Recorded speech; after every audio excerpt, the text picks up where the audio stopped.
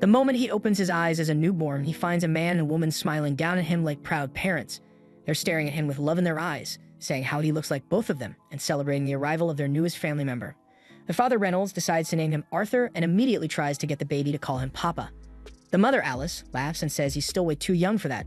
While the two of them goof around with their new child, Arthur is just lying there confused. He has no clue who these freaking people are or why they're acting like they're his damn parents. If they're telling the truth, then that means he died in his old life and somehow got reborn with memories intact. Gazing up at the starry night sky, Arthur can hardly believe that after his countless victories and ruthless world domination, the Supreme Being has reduced him to a feeble infant. It's humiliating, and the worst part, he has to burp like a baby now, and the secondhand embarrassment is unreal. It's not that he hates this new life. His parents are caring and they seem genuinely happy to have him, but that doesn't change how uncomfortable he feels. Diapers are annoying, and there's always this nagging fear that someone might try to hurt him while he's helpless, so the only thing he can do to stay on guard is to clench his tiny fist. Reynolds sees this and smiles, thinking it's adorable. He slips his finger into Arthur's little hand and calls Alice over to show her how much their son loves him. Arthur, meanwhile, is still struggling to move, and in the middle of all that effort, he accidentally poops himself. Now his mom has to deal with it, and his shame hits so hard that he almost tears up. He just wants this absurd dream to be over, but it's not a dream, it's real. And this is the new life he's stuck with. Still, things take a strange turn when Arthur notices something unusual. Reynolds suddenly uses magic to boost his strength. Just like that, his body surges with power, and then Alice steps in, using healing magic on him like it's second nature. Arthur's never seen anything like it. Magic didn't exist in his world, so watching it happen right in front of him is fascinating. He wants to understand it, but for now, he knows he has to grow up first. Later, Reynolds heads into the forest and takes down a beast using his strengthening magic. Not long after that, a few of his friends show up to hang out. Back to our baby hero, since there isn't much else for him to do, he starts analyzing everything around him. He pays attention to every little detail and soaks in as much information as possible, because if there's one truth that holds across every world, it's that knowledge is power. Reynolds eventually returns home after his hunting trip, and Arthur finds himself wondering whether this society allows everyone to carry weapons. If that's the case, then it must mean the outside world is dangerous enough to make it necessary. That only confirms to him that he needs to get stronger fast because adapting is his only option. There's so much he wants to ask, but his body isn't ready for that yet. Still, in the middle of all this frustration, there's a part of him that feels happy. His new parents give him moments that feel pure, something his old life never allowed.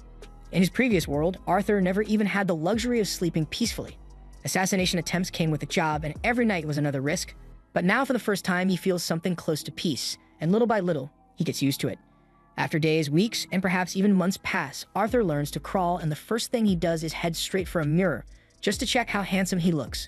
Once he gets used to moving around and has full control of his body, he starts sneaking out of bed whenever his parents aren't watching, and his destination is always the library.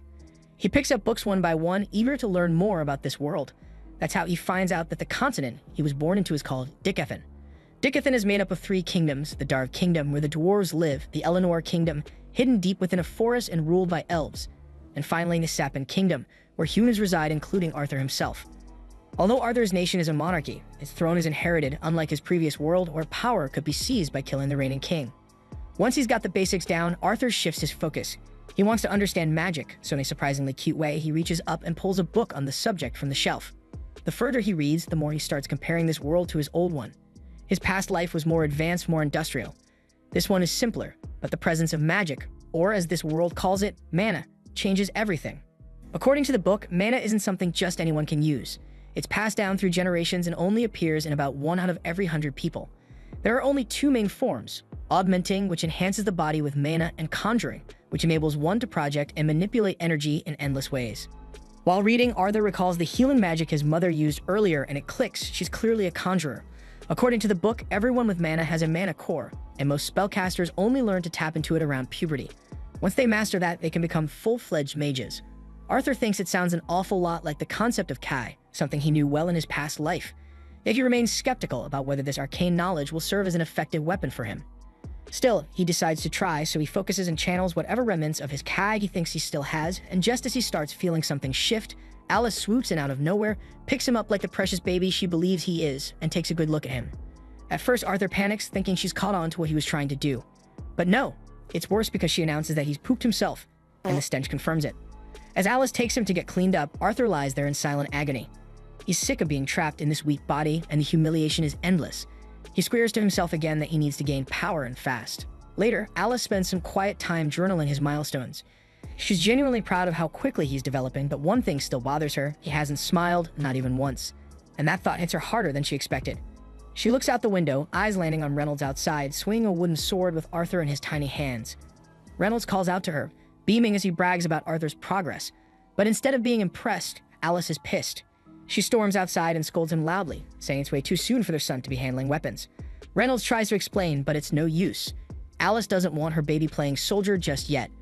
In contrast, Arthur absorbs every detail of the scene, using his parents' interactions as a framework to comprehend the complexities of marriage, though he begins to wonder if perhaps in this strange new world, women might be the ones really in charge.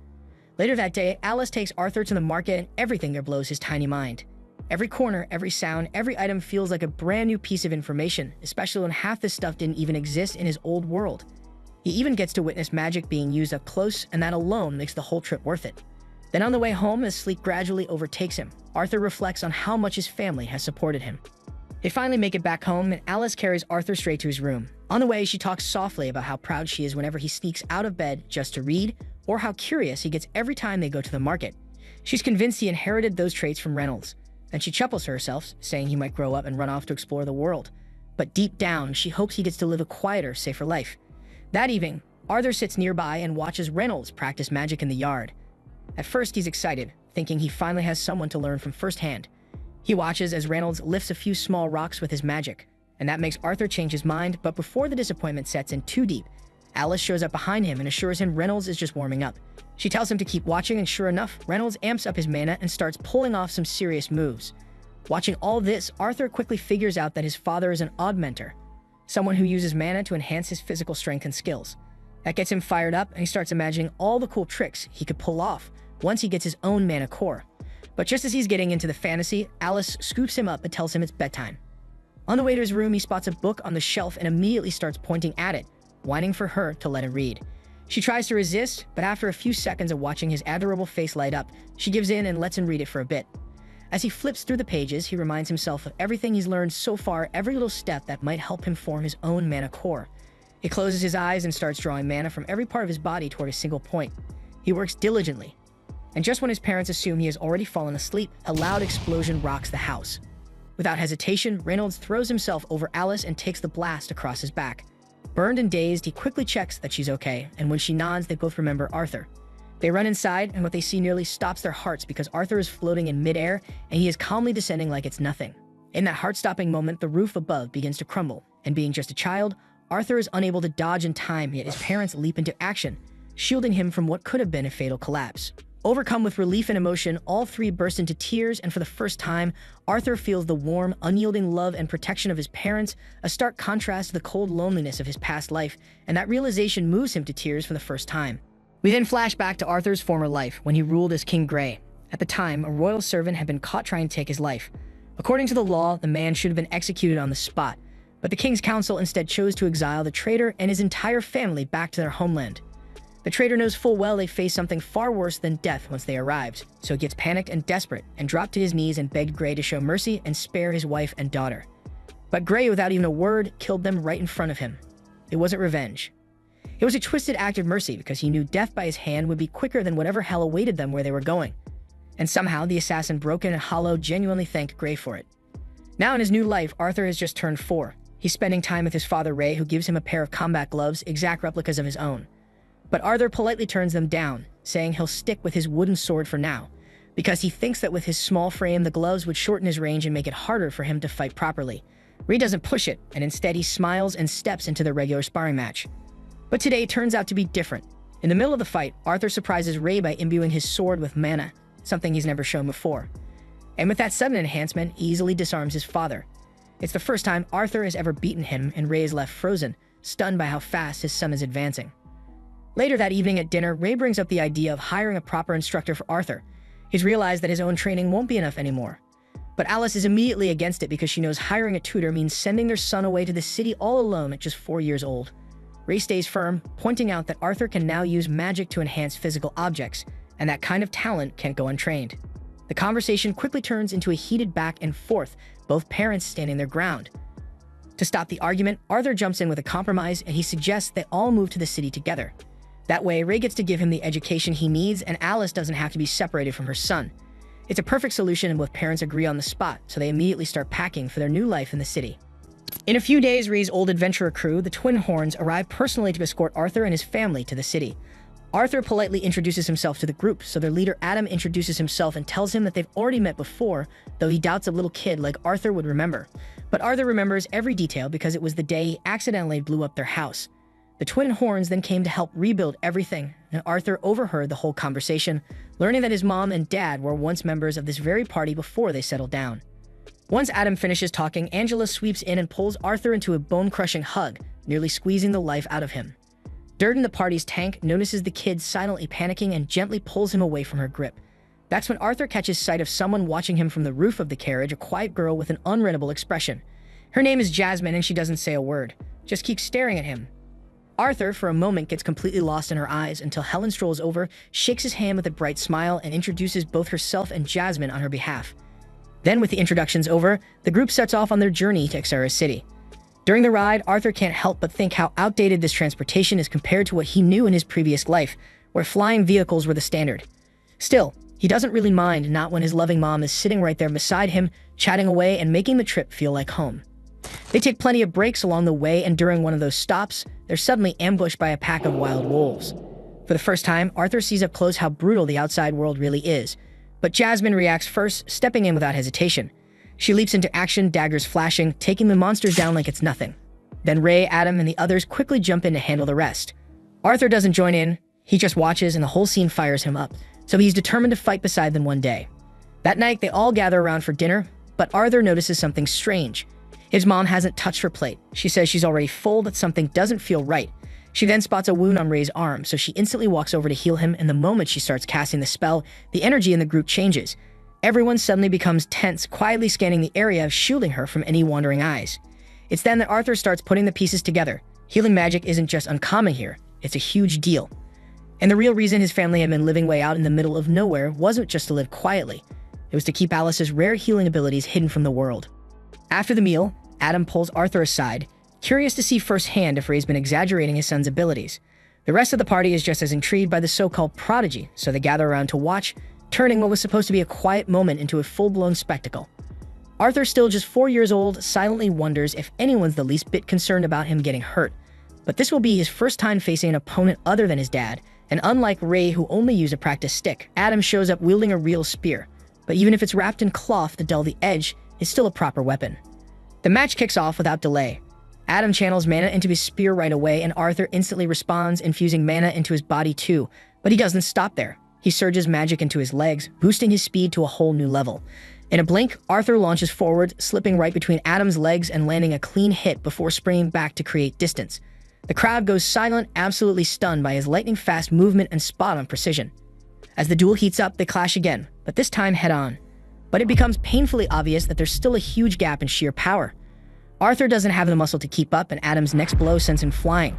The force behind the strike throws him through the air like a ragdoll, and right then, Arthur gets a harsh reminder. This small body of his just isn't built for direct hits. But before he slams into the ground, Angela swiftly casts wind magic to catch him midair, gently lowering him to safety. Durden then immediately steps in and scolds Adam for going way too hard on a little kid, and he reminds him they were supposed to be sparring, not trying to launch Arthur into orbit. Adam raises both hands in apology, admitting that he got a little too into it, but only because the little monster's technique totally threw him off guard. So he asked Rei what kind of damn brutal training regimen he put this kid through to make him this dangerous at just 4 years old, but Rei says that he doesn't do shit. A few steps away, Arthur notices Jasmine staring him down with that unblinking intensity of hers. She bluntly asks how the hell he fights like that and demands he teach her. And judging by her completely deadpan expression, Arthur realizes she's not going to drop this until she gets what she came for. The following morning, the group resumes their trip and eventually stops at a calm, open stretch where Arthur can squeeze in some more training. Adam takes this chance to give him some spear lessons while Rei flexes his dad bod with some old-school workout poses, and the poor kid just humors him anyway. After that, Helen steps in for a quick archery session, and before long, Arthur's nailing bullseyes like he's been doing it for years. With training wrapped up, it's finally Jasmine's turn. She'd been waiting for this moment, and surprisingly, she picks up on his teaching quicker than expected. Later that evening, Arthur is quietly reading a book when Jasmine starts staring at him like she's been hypnotized by a face that doesn't even try to be charming. A few minutes later, it's not just a stare, it's borderline stalker behavior. The next morning rolls around, and it's Arthur's birthday. Jasmine, of all people, gives him a dagger as a present. To everyone's shock, especially the other girls, she even goes out of her way to explain how to properly use it. Adam, being the only single guy in the group and having clearly had enough of this rom-com moment, loudly declares that it's time to hit the road.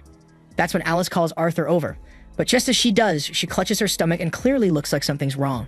Arthur sees right through her weak smile and asks what's going on, but she brushes it off, insisting she's okay, even though the way she says it doesn't convince him one bit. As they continue on, their peaceful journey is suddenly interrupted by a full-on bandit ambush. Without wasting time, everyone hops off the carriage and braces for a fight. Then a hail of arrows rains down, but Angela steps up and throws up a magic barrier to protect them. Arthur then peers outside and quickly realizes they're surrounded from all directions. Meanwhile, the bandit leader, who frankly looks like his head got squashed into a cube, orders his crew not to kill the women and children because he plans to sell them off for a nice chunk of change.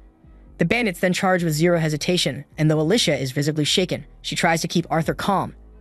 Then, before the attackers get too close, Durden blasts a few of them back and Ree meets them head-on, knocking thugs out left and right. One nearly lands a blow on Ray, but Helen's arrow intercepts him straight through the chest.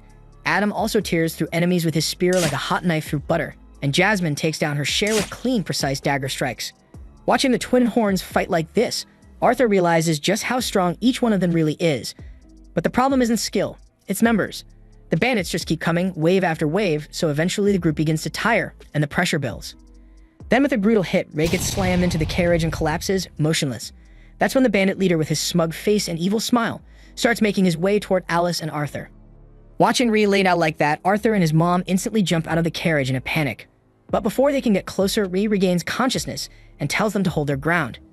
He may be bruised and barely standing, but he's still trying to play the hero. He turns to Arthur and tells him to take his mother and get out of there fast.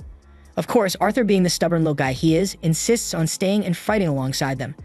But Ree cuts him off and finally says the words that stop him cold: Alice is pregnant. That one sentence answers every question Arthur had about her recent weakness, and suddenly everything clicks. With no time to waste, Ray looks him in the eye and says he trusts Arthur to protect both his mother and his little brother she's carrying. So Arthur snaps into gear, grabs Alicia's hand, and takes off raining like hell. Behind them, the bandit boss, loudmouth and still full of fight, shouts at his crew to stop them. But just as they're about to catch up, Ray charges into the fray, giving Arthur and Alice the seconds they need. At the same time, just as it looks like Arthur and Alice might be caught, knives fly through the air, and it was Jasmine and Adam who stepped in to clear the path like pros. In moments, the whole Twin and Horns crew is locked in battle again, holding off the attackers while Arthur and his mother escape. As they flee, Arthur thinks back on the life he once had, the life of a man who had taken countless lives without flinching. And now here he is, terrified of losing someone he actually cares about. The irony of it twists in his chest, so he clenches his fists, but there's nothing his tiny body can do but keep running like hell. Suddenly, Arthur senses something, danger from above. He glances up and spots a shady figure on a ridge preparing to launch a spell. Acting fast, he shoves his mother out of the way. The blast nails him squarely, knocking him off balance and sending him tumbling off the cliff's edge. As he falls, he refuses to go down alone, so with his last ounce of focus, he reaches for the dagger Jasmine gave him. The blade is tied to a cord, so he hurls it upward with precision, and it wraps around the enemy's leg, dragging the caster down with him.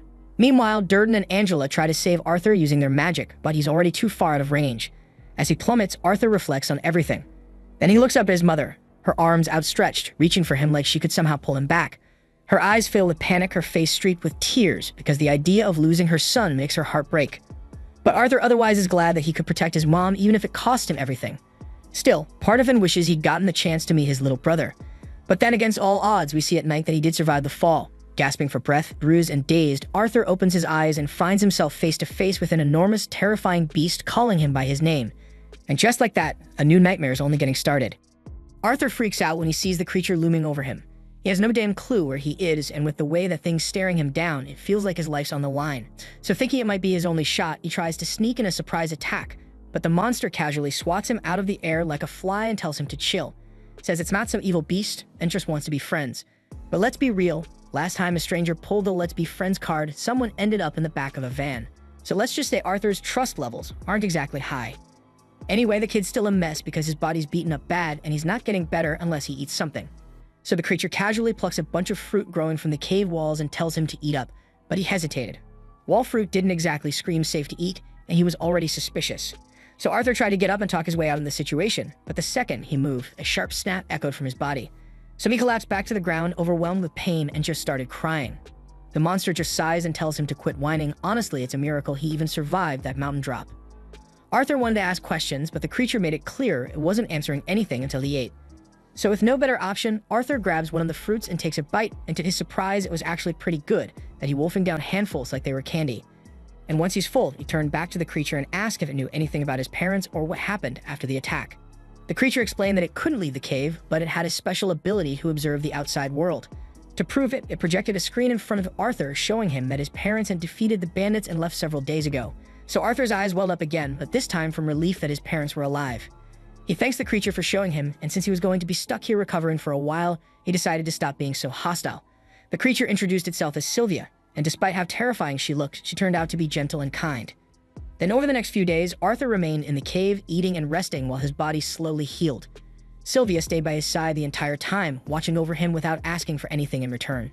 And once Arthur was finally full recovered, the only thing on his mind was getting back home, but Sylvia quickly shut that idea down. According to her, there's no way Arthur would make it on his own. The cave they're in is right on the edge of Elshire Forest, and that part of the forest is crawling with dangerous magical beasts and the kind of bandits that make the ones who attacked his family look like amateurs, so if he tries to leave now, he's not going to make it. But that doesn't mean he's stuck here forever, because Sylvia explains that she has the ability to create a dimensional rift, something that could teleport Arthur to a safer location, maybe even all the way home. But the problem was it would take her a long time to generate it, so until that portal's ready, he's got no choice but to wait. With nothing else to do, Arthur grabs a stick and starts swinging it around. If he's stuck here anyway, might as well get in some sword training. Days pass, and although he still doesn't know much about Sylvia, he's grown to enjoy her company. All he really knows is that she looks like a terrifying monster and she's clearly hiding from something or someone, but despite everything, she's one of the kindest people he's ever met. After another round of training, Arthur takes a break. He walks over to a flat rock, sits down, and starts working on channeling his mana. Sylvia watched for a while, quietly impressed. He was just a kid, yet he already had a mana core, but from the way he was going about it, it was obvious he hadn't received proper training. Without a word, Sylvia lifts her hand, and suddenly, a swirling mass of mana gathers in her palm. Arthur's jaw nearly hits the floor because it's not just that she's casting a spell, it's the fact that she's gathering mana while she's casting. So if you can learn to control mana like that, there's no doubt you become incredibly powerful. But before he could ask her to teach him, Sylvia stopped and looked over at him. She wanted to know what he planned to do with that kind of power if he learned it. Arthur hadn't really thought about it before, but now that she brings it up, one memory burns in his head. Those bandits. How close they came to killing his family. How powerless he felt.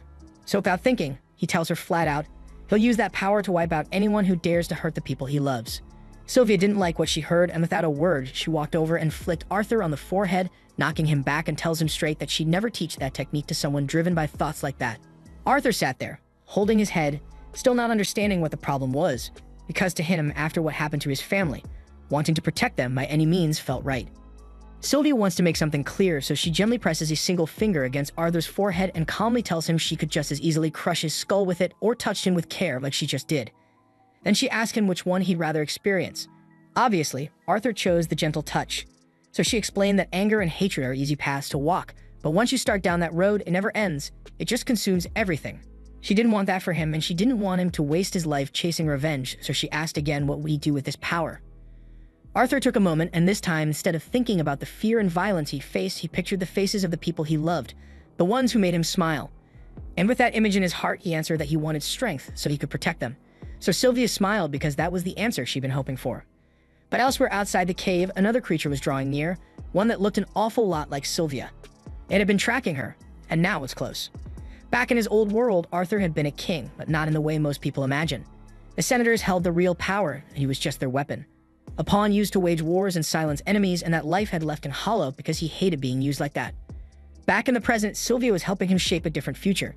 She began teaching him her technique, showing him how to draw an ambient mana and condense it. Arthur followed along, and after a few tries, he managed to pull in the mana and use it to boost his body. The power was incredible. He could feel it pulsing through him. He ran to Sylvia, full of excitement, ready to thank her. But then everything shifted, and Sylvia's eyes narrowed because she sensed something. And without even a damn warning, she shoved Arthur into a pile of rocks and whispers for him to stay hidden and quiet. Arthur peeked through the cracks and spotted another creature approaching, a massive beast, almost identical to Sylvia. Sylvia clearly knew him, and from the way she tensed up, Arthur could tell this wasn't a friendly visit. The stranger didn't waste time and demanded Sylvia come with him, but she refused, so without another word, the other beast launches an attack. Arthur wanted to jump in, but he suddenly heard Sylvia's voice in his head. She told him to stay back and she would handle this. The other dragon tried to reason with her one last time, said he didn't want to kill her, but would if he had to. But Sylvia's answer was clear. She would rather die on her feet than listening to his freaking voice.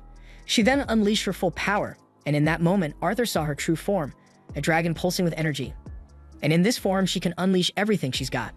Sylvia then launches a massive blast straight at the other creature. He manages to block it, but tells her she's being reckless because if her body in this condition, using that much power will kill her. Sylvia already knows that, but she just doesn't care because she's lived a long life and has no regrets. Then with one strong push, she slams the other monster into the wall. But he's not down for good, and he gets right back up and starts hammering her with a barrage of magical blasts. She takes the hits hard, but right now she's more concerned about Arthur. This battle is getting way too close to the place she stashed him. The enemy then fires off one last heavy shot, and she can't dodge it without risking Arthur's life. So she draws on every last drop of power and freezes time itself. While everything is frozen, she tells Arthur to come out from hiding, and he listens. It looks safe enough, but he's full of questions, especially after seeing that she's actually a dragon. Still, there's no time for answers because her time-freeze spell is running out fast, and she needs to move him now. She opens the dimensional rift she had been building, but since she's injured and never got the chance to finish the spell properly, the portal connects to some random place instead of his home. She really didn't want to dump him in the forest, but at this point, there's no other choice. Even so, she trusts Arthur. With what he's learned from her, she believes he can handle himself and make it back on his own. But before she sends him off, she asks him again what he plans to do with its power. Arthur doesn't even pause and tells her that he'll use it to protect the people he loves. That answer puts her at ease, and she's glad he finally understands. Before he goes, there's one last thing she wants to give him. Sylvia conjures an egg and a single feather, placing them gently in front of him. She asks him to wrap the egg in the feather and keep it safe no matter what. Then with the last of her strength, she transfers her will onto Arthur's body, marking both of his arms with strange glowing symbols. Arthur looked down, stunned by the sudden appearance of the glowing marks because they stretched from his shoulders to his wrists like full-sleeve tattoos pulsing faintly with mana. But Sylvia doesn't have the energy to explain what they mean, and she simply tells him that one day, he'll understand how to use them. But by then, she won't be around to show him how. Sylvia also apologizes to Arthur, because the truth is, she could have sent him back to his family the moment he showed up, but she was just enjoying his company so much that she didn't want to let him go. And now, because of that selfish choice, she ended up putting him in danger. Arthur feels awful because he knows there's nothing he can do to save Sylvia from dying here even after everything she taught him. He doesn't care that she's a dragon or a monster or whatever else people might call her because he sees her as family. He tells her she feels like a mom to him, but Sylvia gently reminds him that he already has one. So Arthur smiles and says she can be his grandma instead. Sylvia didn't see that coming, but the moment he says it, her heart melts, so she asks him to say it again. And he does happily. Sylvia's heart breaks knowing she won't get to see him again, but time is running out, so she gently nudges him forward toward the portal. Arthur gets it, so he picks up the gifts she gave him and walks toward the rift, but at the very last second, he turns around and tries to coax her into coming with him. Sylvia doesn't budge because she can't, so she shuts the portal and sends him away. Time then unfreezes and the enemy's blast slams straight into her. The hit looks devastating and Sylvia crashes to the ground, but the other monster isn't convinced she's dead. He knows she's way too powerful to go down from just that. He steps in closer, lowering his guard. But it's a big mistake because as soon as he's in range, Sylvia summons everything she's got left and lets out one last attack. The blast wipes him out, along with everything around him for a full mile. As Arthur gets pulled through the dimensional rift, he hears Sylvia's voice one last time. She asks if he remembers what she said about how power should be used, and Arthur does. But his heart is heavy, so Sylvia tells him the world's a sad place, and stuff like this is going to happen. But that's exactly why he needs to change it. Arthur protests because there's no way he could ever pull that off, but Sylvia isn't expecting him to change the world overnight. One step at a time, that's all it takes. Besides, this isn't his first time shaping a world, and she knows who he used to be. Sylvia is aware of his past life as a king, and while she didn't agree with how he ruled back then, she believes that as long as he doesn't lose himself to hate, Arthur can become the kind of king this world actually needs. Then a little while later, Arthur wakes up on the ground dazed and aching, but one thought is burned into his soul. He's going to keep his promise to her. But first he's got to figure out how to get out of this damn forest. But suddenly, he hears something move behind him. And then he hears a blood-curdling scream echoing from across the woods, and it sounds like a little girl. So without hesitation, he channels mana into his legs and bolts toward the noise. He leaps up into a tall tree for a better view, and from there he spots a group of bandits dragging a young elf girl. She tried to escape, but they already got her, and one of them has his hand clamped over her mouth to shut her up. And since she's an elf, they're planning to sell her on the black market for a huge profit once they leave the forest, so they tie her up and toss her into the back of their carriage like cargo. Watching all this shit, Arthur is hit with flashbacks, memories of the moment he and his family were attacked by bandits too. He remembers hearing those bastards talking about keeping him and the women alive to sell later, and it makes his blood boil. His first instinct is to slaughter every last one of them for what they're doing, But then Sylvia's voice echoes in his mind, reminding him to keep his anger in check. He closes his eyes, takes a breath, and regains his focus. Charging in now could get the girl killed, and he knows it. So he holds back, watching and waiting for the right moment to strike. Once the bandits all pile into their carriage and start heading out of the forest, Arthur silently follows, sticking to the shadows. By the time night falls, they stop to set up camp since it's too dark to keep going. Arthur sits nearby, hidden, still debating whether he should trail them until they reach a town or just take them out here. But then he overhears one of the scumbags talking about how elves are his favorite and how they should get a taste of her before selling her off. That's it. Arthur knows he can't let this go on, but it's not quite time yet because he still needs full cover of darkness before making a move, so he closes his eyes and starts meditating, getting himself ready for all the blood he's about to spill. Once it's dark enough, Arthur opens his eyes, fully focused, and starts mapping out his plan. He then spots a few horned wolves chained up nearby, which is strange because no way wild beasts like that would obey humans willingly. A closer look reveals they've been forced into submission with enchanted collars, and Arthur figures he can use that to his benefit. So he picks up a few acorns and tosses them at the wolves to stir them up. The wolves' howling draws the bandits' attention, and their leader growls at one of his men to hurry over and shut those freaking beasts up. The unlucky bandit drags himself up and heads over, kicking one of the wolves hard in the neck to silence it. But in that exact moment of distraction, Arthur makes his move. He summons a mana blade, leaps down silently behind the bandit, and in a swift, brutal strike, cuts the man down where he stands. Arthur quickly grabs the guy's weapon, and just as another bandit comes over to check out the noise, Arthur jumps onto his back and slits his throat clean. That makes 2 down, but Arthur's body is already running low on steam, so he knows he can't drag this out for long. Then another bandit shows up to see what's taking so long, and Arthur rushes him, trying to land a clean kill. But he misses the vital spots, and the guy manages to scream, blowing Arthur's cover. The leader catches on fast and realizes the attacker is a mage kid, which means this fight just got a hell of a lot more complicated. Still, he doesn't want to kill the kid, not when selling a young mage on the black market would be worth way more than the elf girl. He starts channeling magic into his arms and charges in swinging. Arthur leaps back and throws a kick to counter, but the guy dodges it with ease. Arthur tries to throw him off by hurling his knife, but the leader catches it mid-air and turns this move against him. He slams Arthur to the ground and grabs him by the ankles, lifting him up just to mock him. He laughs, telling Arthur there's no way a kid can beat an adult in raw strength. And Arthur knows he's right, so he stops trying to match power with power, and he switches back to magic. He blasts a fireball straight at the guy's knee, and while he's screaming in pain, Arthur drives the knife straight into his skull. Only one more to deal with the wounded bandit from before, and Arthur wastes no time finishing him off.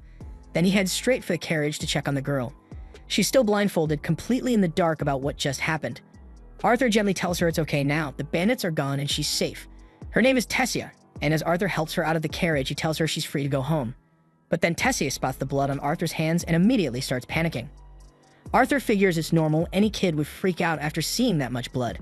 Letting her see the full aftermath might not be a great idea, so he tells Tessia to wait right there for a bit, then walks off to cover all the bodies before she sees them. Tessia then asks Arthur what happened to the ones who took her, and Arthur doesn't really want to tell her he slew them, so he just says they ran into a bit of an accident and won't be a problem anymore. The girl doesn't press any further, so Arthur grabs her things from the bandit's carriage, hands them over, and says goodbye because he still needs to make his way home. But before he can walk off, Tessia grabs his arm and begs him not to leave. She's terrified of being alone out here, scared she'll be eaten by some tree ghost or worse. Arthur asks if she at least knows the way home, and she says she does. Kind of. She knows the general direction, but not how long it'll take to get there. Arthur really doesn't want to go off course, but he also knows there's no way Tessia survives out here on her own. So in the end, he agrees to walk her back to her village. He glances over at the wolves the bandits were keeping and considers using them to speed things up, but he's got no clue how to actually control a wild wolf, so he figures they're better off left behind. Tessia, though, says they should at least take off the magic collars so the wolves can go free. Arthur warns her that taking them off could get her attacked, but Tessia isn't too worried. She hasn't hurt them, and as someone who lives in this forest, she feels responsible for helping the creatures that live in it. She ends up removing the collars, and sure enough, the wolves quietly walk off into the woods without causing any trouble. By the next day, Arthur and Tessia are already on the move, heading toward the direction of her village. After walking for a while, they stop to take a quick break and grab a bite to eat. Arthur cooks up a simple stew and tells her she's got to eat because they still have a long way to go and she'll need the energy.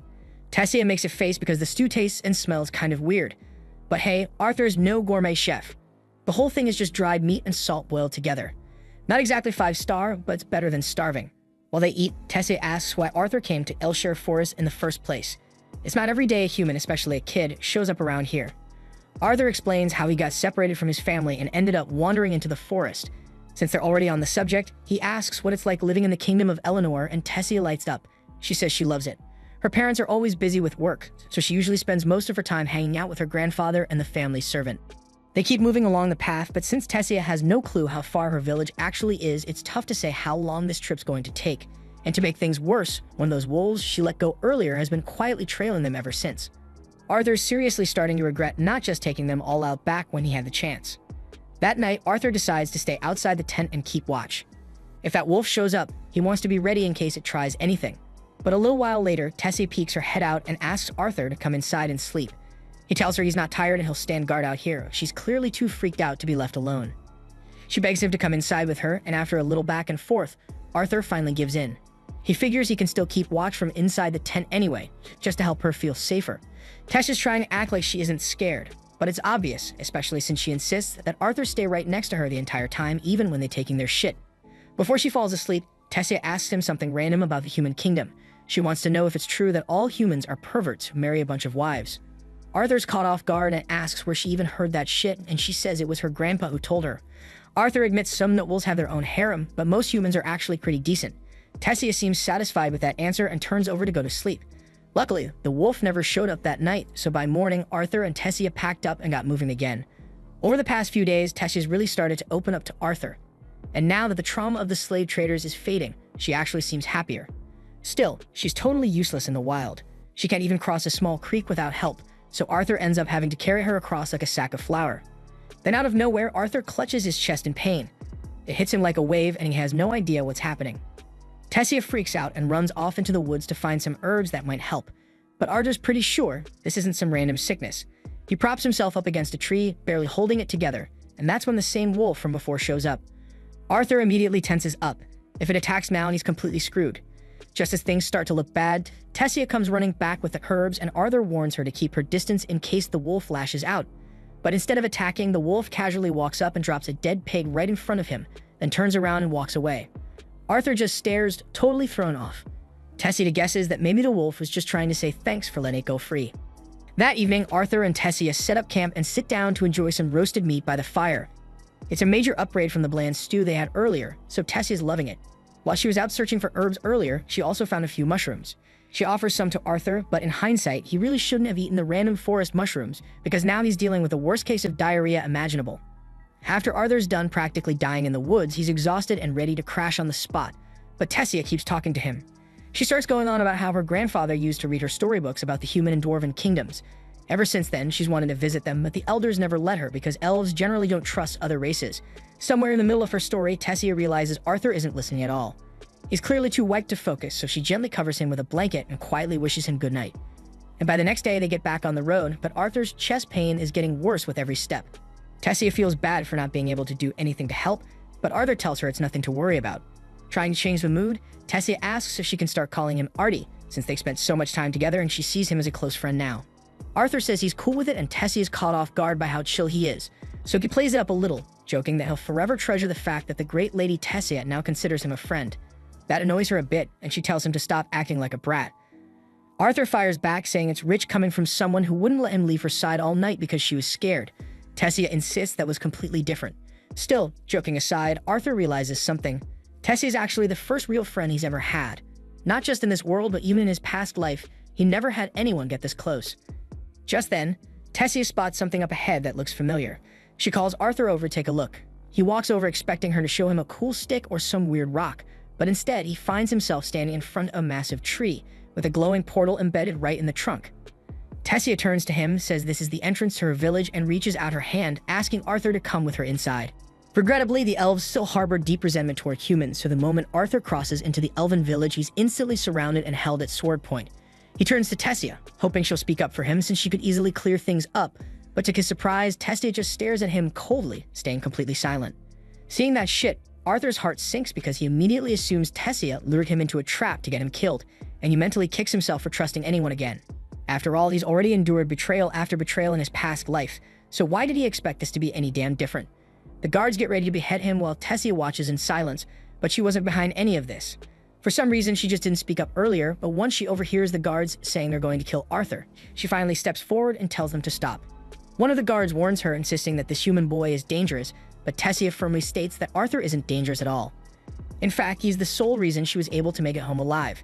Tessia's words should have been enough to make the guard rethink his actions, but instead, he accuses Arthur of brainwashing Tessia into believing he's trustworthy, so he still plans to kill him anyway. But before the guard can carry out the order, an older man appeared from a magical light and commands them to release Arthur. This man is Tessia's grandfather and the former ruler of the Elven tribe, and his name is Virion.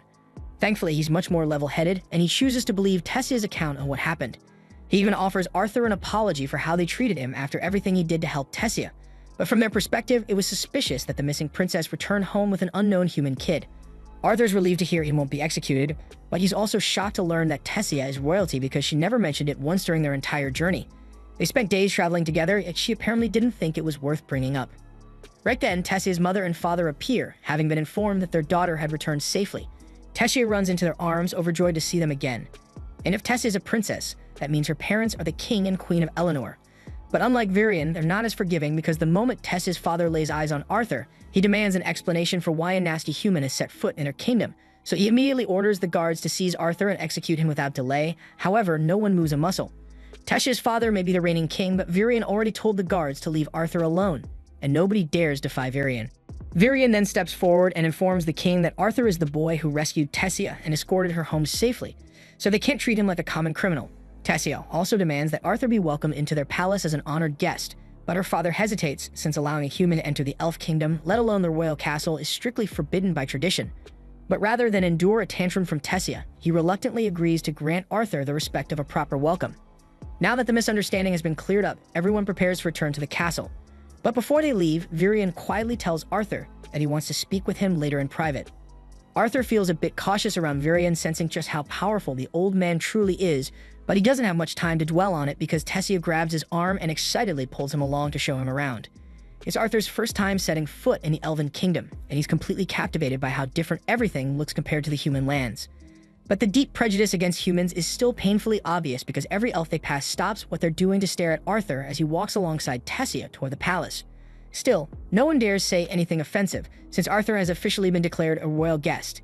Tessia is the only one treating him warmly, but in the back of his mind, Arthur keeps wondering why she waited so damn long to speak up when the guards were about to execute him.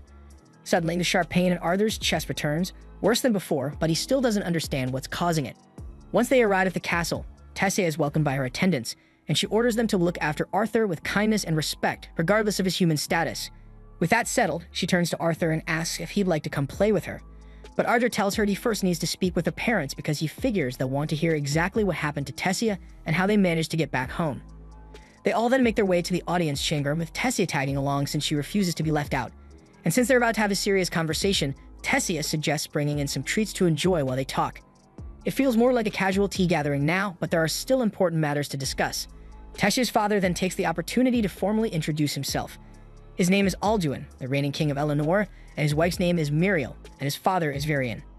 Arthur then presents himself modestly as a simple boy hailing from a humble village in the kingdom of Sepin, fully acknowledging that someone like him, a human, would typically never be granted permission to enter Eleanor, much less stand before the royal family, so he expresses his deep gratitude for their hospitality. Alduin raises his eyebrows, impressed that Arthur speaks with such maturity despite his young age, but more critically, he demands a thorough explanation of what transpired with Tessia and how she ended up missing. Arthur proceeds to recount the entire ordeal, describing how he became separated from his family during a raid by bandits and ultimately found himself lost within the elven forest, though he deliberately omits his encounter with Sylvia inside the cave. He continues explaining the moment he crossed paths with Tessia, clarifying that he stumbled upon her as she was being abducted by slave traffickers. Alduin's face twists in fury at the revelation that humans dared attempt to sell Tessia into slavery, but Arthur calmly points out that elves too have participated in the slave trade, so it isn't a crime exclusive to humans. Setting that aside, Virion turns to Arthur, asking how exactly he managed to free Tessia from the slave traders, and Arthur simply explains that he eliminated them all. At this, one of the guards erupts in disbelief, shouting that there's no conceivable way a mere child could have taken down slave traders alone, but Virion swiftly silences him, warning him to hold his tongue unless he wishes to forfeit his position. Arthur shows no signs of deceit, leading Alduin to reluctantly state that he believes him. Now that everyone is clear on the events, Arthur takes the opportunity to present a request. As he already mentioned, he ended up stranded in the forest after the bandit attack, so he politely asks if they would assist him in returning home. Alduin clenches his jaw in outrage at the boldness of a human asking the elven royal family for a favor, but considering Arthur went out of his way to escort Tessia safely home, it's only right they repay his kindness. Furthermore, if Alduin refuses, he'll inevitably have to face Tessia's inevitable tantrum, something he's not eager to endure. Eventually, he sighs and agrees to help Arthur, but explains that the teleportation gate leading back to Sapin is sealed and can only be activated once every 7 years during the summit of the 3 tribal leaders. Since the last summit took place 2 years ago, Arthur will have to wait an additional 5 years before the portal becomes usable again. Arthur isn't keen on waiting that long, and Alduin equally dislikes the idea of having a damned human remain in Eleanor for 5 entire years, so he states that he'll arrange for a squad of guards to escort Arthur back to Sapin. He wants Arthur gone as soon as possible, but since it's already quite late, he allows Arthur to stay the night in the castle and depart the following morning. Arthur expresses his gratitude to Alduin for agreeing to help him return home, though the ache in his chest is intensifying and Virion quietly takes note of Arthur's condition. A short time later, Arthur's room is prepared inside the castle. He finds himself soaking in a bath, yet the throbbing in his chest keeps worsening, leaving him anxious that something serious is happening to him. After finishing his bath, he steps out onto the balcony to breathe in some fresh air, hoping it might ease the discomfort. The cool air offers a bit of relief, but he knows he needs to get to the bottom of this pain before it escalates into something dangerous. As Arthur gazes upward, he spots Tessia alongside her parents standing on the balcony above, and watching them together stirs thoughts of his own family. He still has no damn idea whether Rhea and Alice survived the ambush by the bandits, but he trusts in their strength because they've always been tough, so surely they managed to escape somehow. Even so, he deeply wishes he could talk to them right now. At that moment, Tessia notices Arthur below and senses that he looks troubled. Once she finishes her conversation with her parents, she goes to find him. When she finally reaches Arthur, she apologizes for the cold way her father treated him, but Arthur assures her that it doesn't bother him. He understands why Alduin would act that way after all decades of conflict between elves and humans have left deep scars, and it's only natural he'd struggle to trust a human, especially one connected to his daughter. Speaking about parents makes Arthur reflect again on how distant he feels from his own, and confesses his fear that they might not be happy to see him. After all, the entire reason they went on this journey was for his sake. Maybe they'll blame him for everything that happened. He also holds himself responsible for failing to protect them during the bandit attack and for getting separated. But before he can spiral deeper into guilt, Tessia grabs his face and shakes his head gently. She doesn't know much about Arthur's parents, but if they're anything like hers, she's sure they'll be overjoyed to see Arthur again when he finally makes it home. At that moment, the hallway lit up with dozens of brilliant fireflies, and surrounded by the glowing lights, Arthur found himself trying to remember the smiles of his parents. Ever since he had been reborn into this world, they had never once given him any reason to feel unloved, so why was he suddenly afraid that they'd despise him after everything that had happened? He had allowed the scars from his past life to cloud his thinking and fill him with doubt for quite some time now, and he had even gone so far as to suspect Tessia might betray him earlier, but looking at her now, all he could see was a pure-hearted girl who would never harm her friend. Suddenly, Arthur sensed something flying straight toward Tessia, so he caught it instantly and powered up his mana, ready to strike at whoever had attacked her. But to his astonishment, the one who had launched the attack was none other than Virion. Arthur couldn't believe Virion would stoop so low as to attempt to harm his own granddaughter, but Virion calmly explained that he'd never intended any harm to come to Tessia, because the objects he had thrown were nothing more than a few fireflies. Harmless, even if they made contact. Still, he admitted he was impressed by Arthur's lightning-fast reaction and counterattack. Virion's reason for pulling this stunt was simply to test if Arthur had truly possessed the strength he claimed to have used to defeat the slave traders, and it was clear now that Arthur had been completely honest. Tessia then hurried over and pleaded with Virion to stop teasing Arthur, but that wasn't the real reason he'd come here. He had noticed something peculiar about Arthur earlier, and he wanted to test it out with a friendly duel to gauge Arthur's true abilities.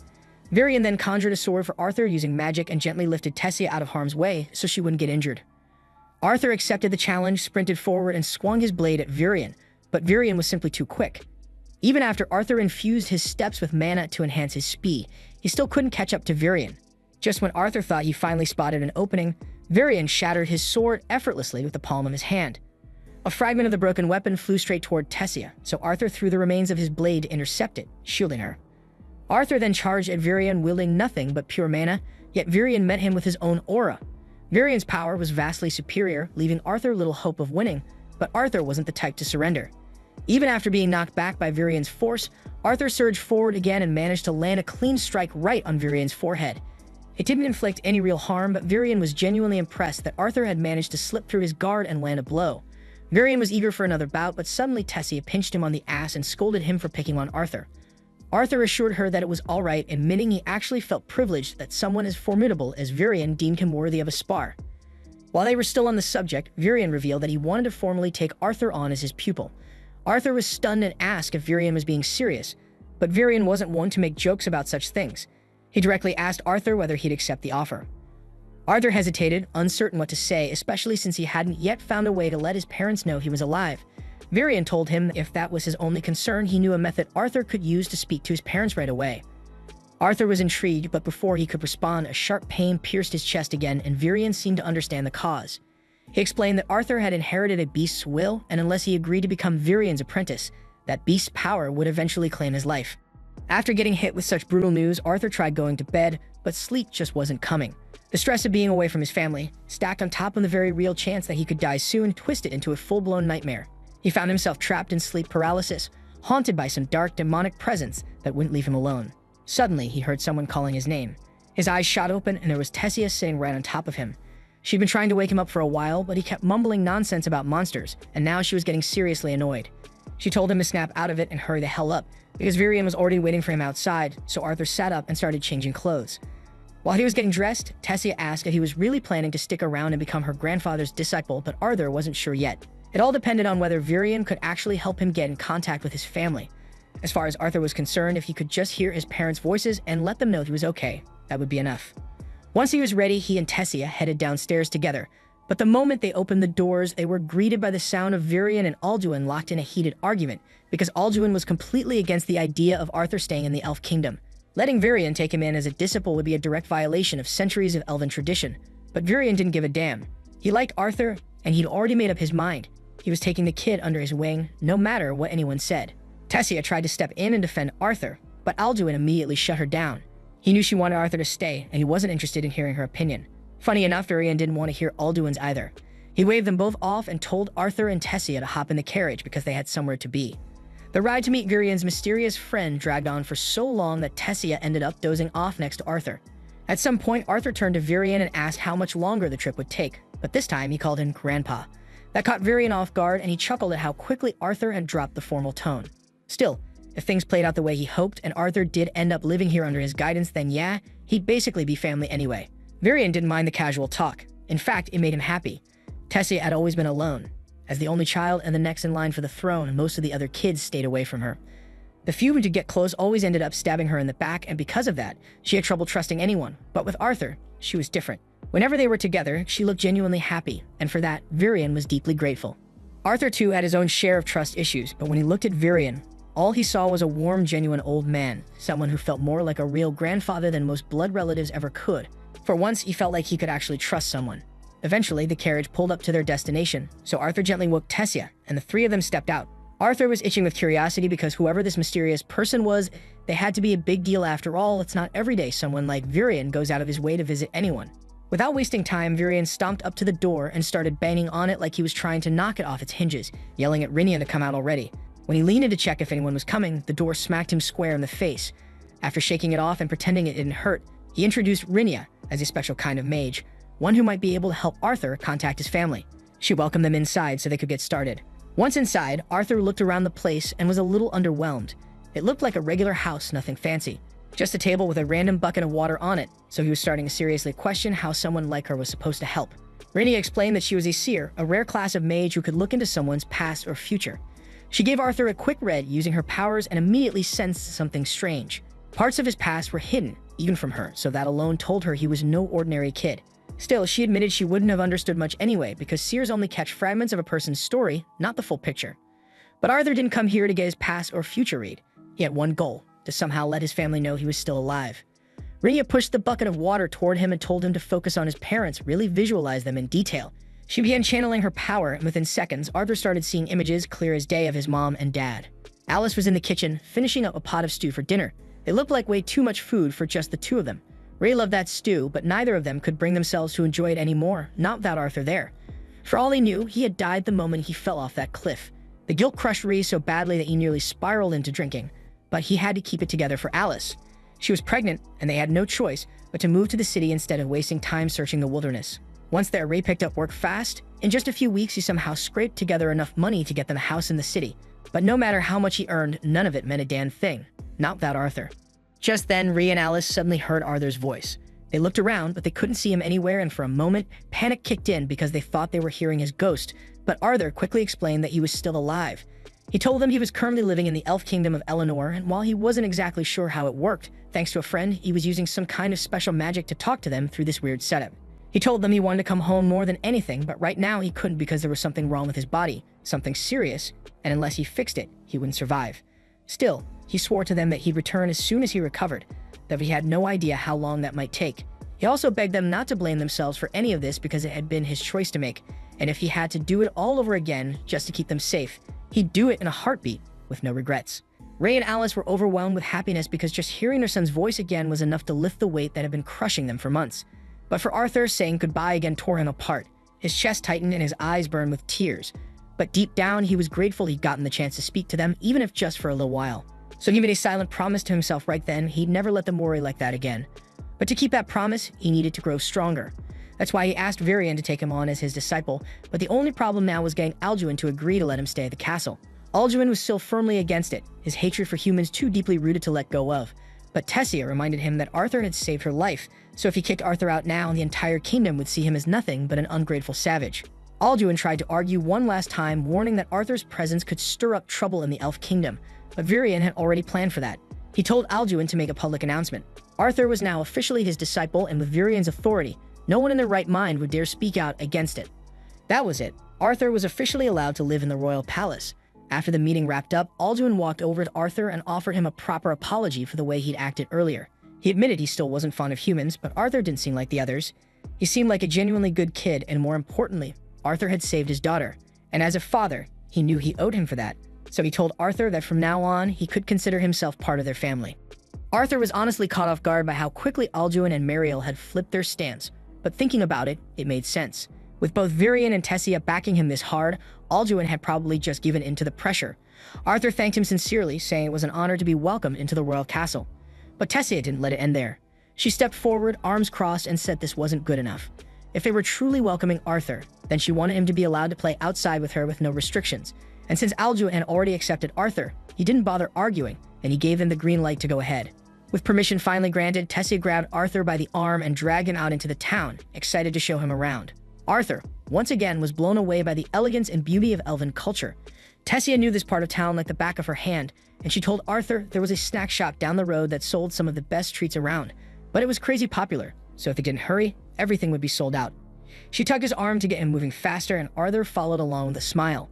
But just as they were picking up speed, Arthur accidentally bumped into another kid on the street. It was a simple mistake and nothing major, but the kid immediately went off, yelling about Arthur's disgusting human germs getting all over him. Arthur had to stop himself from laughing. He was standing right there, and this little punk had the nerve to run his mouth like that, especially when he was well within punch range. Tessia stepped in and told Arthur to just let it go because it wasn't worth making a scene over something so small. Normally, Arthur would have listened. He would have taken the high road and walked away, but that the brat Ferrith took it a step further. He looked right at Tessia and said she shouldn't be hanging around trash like Arthur, and that she should be spending her time with someone worthy like him. Ferrith was clearly from some noble bloodline, and it was obvious he thought way too highly of himself. Arthur figured if the guy was going to act like a clown, then he might as well be treated like one. So he smiled, pretended to be impressed, and purposely mispronounced his name as Phoebich. Ferrith instantly lost it, so Arthur casually apologized, acting like it was a slip-up. He told him he'd make sure to show the proper respect next time they crossed paths, and turned to walk away with Tessia. But Ferrith wasn't letting it slide. Arrogant as he wasn't completely stupid. He knew damn well Arthur was mocking him, and he wasn't about to let that kind of disrespect go unpunished, so he challenged Arthur to a duel with his precious family honor on the line. Arthur stared at him in disbelief because he couldn't believe the guy was actually dumb enough to ask for a real fight. Tessia stepped forward, clearly annoyed, and told Ferrith that even if he was some big-shot noble, this had gone too far. Ferrith brushed it off, saying it was perfectly normal to challenge someone to a duel if they insulted your name. But Tessia reminds him that Arthur is now the student of Virian, and only a fool would willingly pick a fight with the apprentice of the most powerful man in the kingdom. Still, Ferrith was full of himself. He said there was no way he could lose to a human. Then he turned to Arthur and said that if he refused the duel, it would be a disgrace to Virian's name. Arthur is still trying to wrap his head around everything because back in his old world, a duel usually meant someone wasn't walking away alive. So watching some rich kid casually throw around challenge threats like it was recess just didn't compute. But judging by the smirks and chuckles coming from the adults nearby, duels around here clearly weren't death matches, just some flashy public sparring.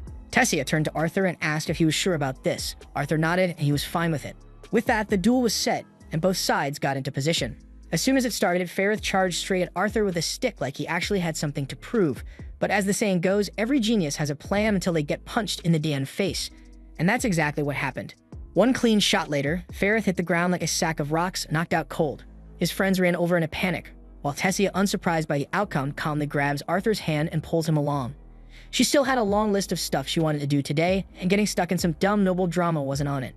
The two of them spent the whole day together, checking out shops, walking through town, and just enjoying each other's company. After a while, they took a break and sat on a balcony overlooking the city.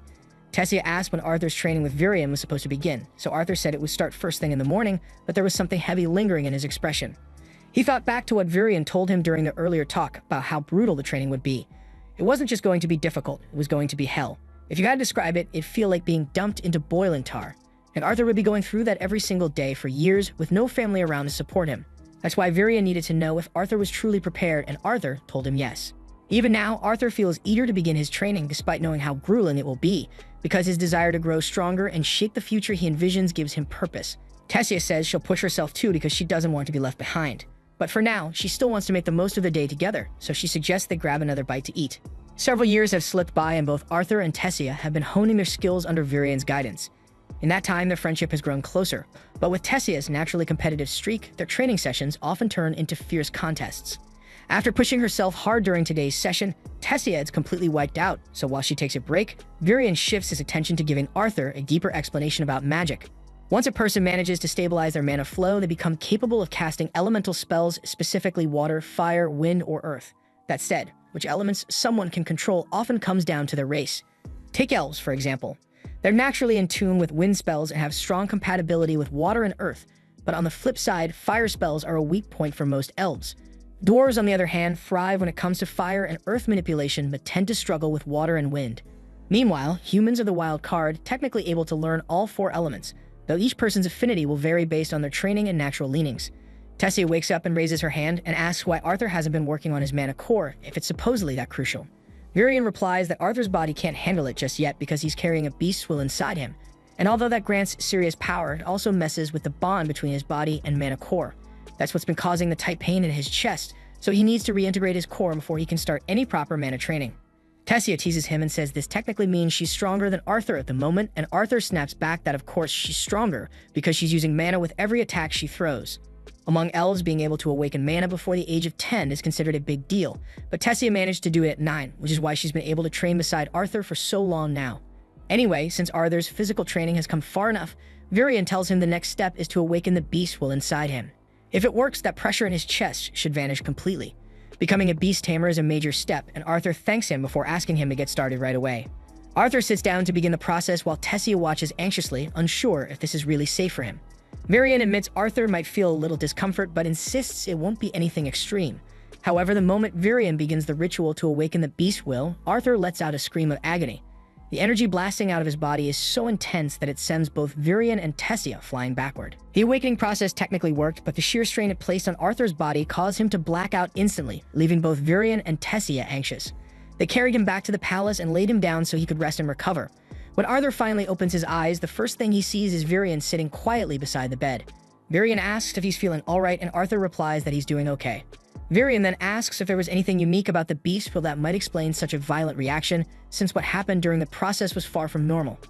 Arthur originally planned to keep his encounter with Sylvia a secret, but at this point, hiding it wouldn't do any good. So he comes clean and tells Virion that the beast will was gifted to him by a dragon. Virion freezes, stunned by the answer, and though it sounds hard to believe, he can't ignore that the power radiating from Arthur's beast will feels exactly like dragon magic. He looks Arthur dead in the eye and warns him never to speak of this to anyone, because if news ever got out that he carried a dragon's will, it would draw all kinds of dangerous attention. With that warning out of the way, Virion informs Arthur that he's expected to return home in 4 months. This catches Arthur off guard since he thought he still had another 2 years before the next inter-race council meeting. But it turns out that cultural exchange was arranged recently, and in 4 months, the portals to Exaris City will open. Arthur immediately asks if Tessia is aware of this, because she'd be heartbroken if she found out last minute that he was leaving. Virion assures him that the king and queen are already speaking with her about it right now. Later that evening, Arthur is lying in bed, staring at the egg that Sylvia entrusted to him, trying to wrap his head around the fact that he'll have to say goodbye to Tessia in just a few months. Suddenly, he notices the egg starting to crack, and within seconds, a tiny dragon hatches and climbs out. Arthur panics for a second, but the baby dragon looks more adorable than dangerous, so he gently lifts it. Then out of nowhere, the little thing chomps down on his arm. Arthur flinches and drops it, wincing in pain, but when he glances at his arm, instead of bite marks, there's a glowing crest forming. That mark links Arthur to the newborn dragon. allowing him to sense its thoughts, even if he can't completely interpret them yet. Since he'll be the one raising it, he decides to give her the name Sylvie in honor of her mother Sylvia. Arthur drifts off again, but a few hours later, Tessia quietly slips into his room. She wants to talk about his upcoming departure, but as she lifts the blanket to wake him, she spots Sylvie curled up next to him and instantly forgets what she came in for. Arthur jolts awake, initially thinking something serious had happened. But the second he realizes Tessia is just gushing over Sylvie, he rolls back over and dozes off again. Later on, Arthur and Tessia make their way to the training grounds for another session with Virion, and Tessia is pulling every trick she can to win Sylvie over. But after squeezing her half to death earlier, Sylvie is keeping a healthy distance from Tessia. They eventually meet up with Virion, and the moment he catches sight of Sylvie perched on Arthur's head, he nearly loses it because he never thought he'd lay eyes on a real dragon in his lifetime. While Tessia keeps trying to cuddle the little dragon, Arthur tells Virion that Sylvie hatched shortly after the beast will awakening the day before. He wonders aloud if keeping her close could cause issues, since people might start asking questions if they figure out what she really is, but Virion tells him not to worry. Dragons are seen as fairy tales nowadays, so no one would ever assume his companion is actually one. All Arthur needs to do is claim Sylvie is some rare creature with dragon-like features. Putting that aside, it's time to begin the day's training. Virion turns to Arthur and explains that now that he has awakened his beast will, he'll have to start strengthening both his mana core and beast core together. And the most effective way to train both is through live combat, so without another word, Virion begins to shift form. Once he finishes transforming, he tells Arthur that the training starts now. Arthur gets ready for a hit, but Virion just takes a single step and disappears. Arthur raises his guard, but he has zero idea where the attack will come from, and he can feel Virion is still nearby. But tracking him is completely impossible. His movement is unreal, and while Arthur would love to admire it, he'd rather not get completely wrecked for the sake of a demo. So he quickly throws his hands up in surrender. The moment he does, Virion materializes behind him. Arthur turns around and complains that fighting him is completely unfair.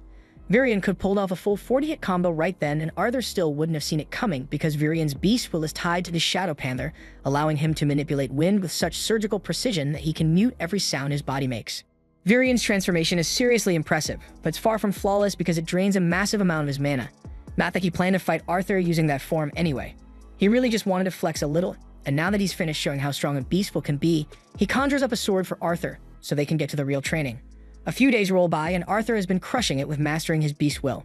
That annoying pain in his chest hasn't come back, and his body's been trained to the point where he can now keep up with Virion's shadow mode.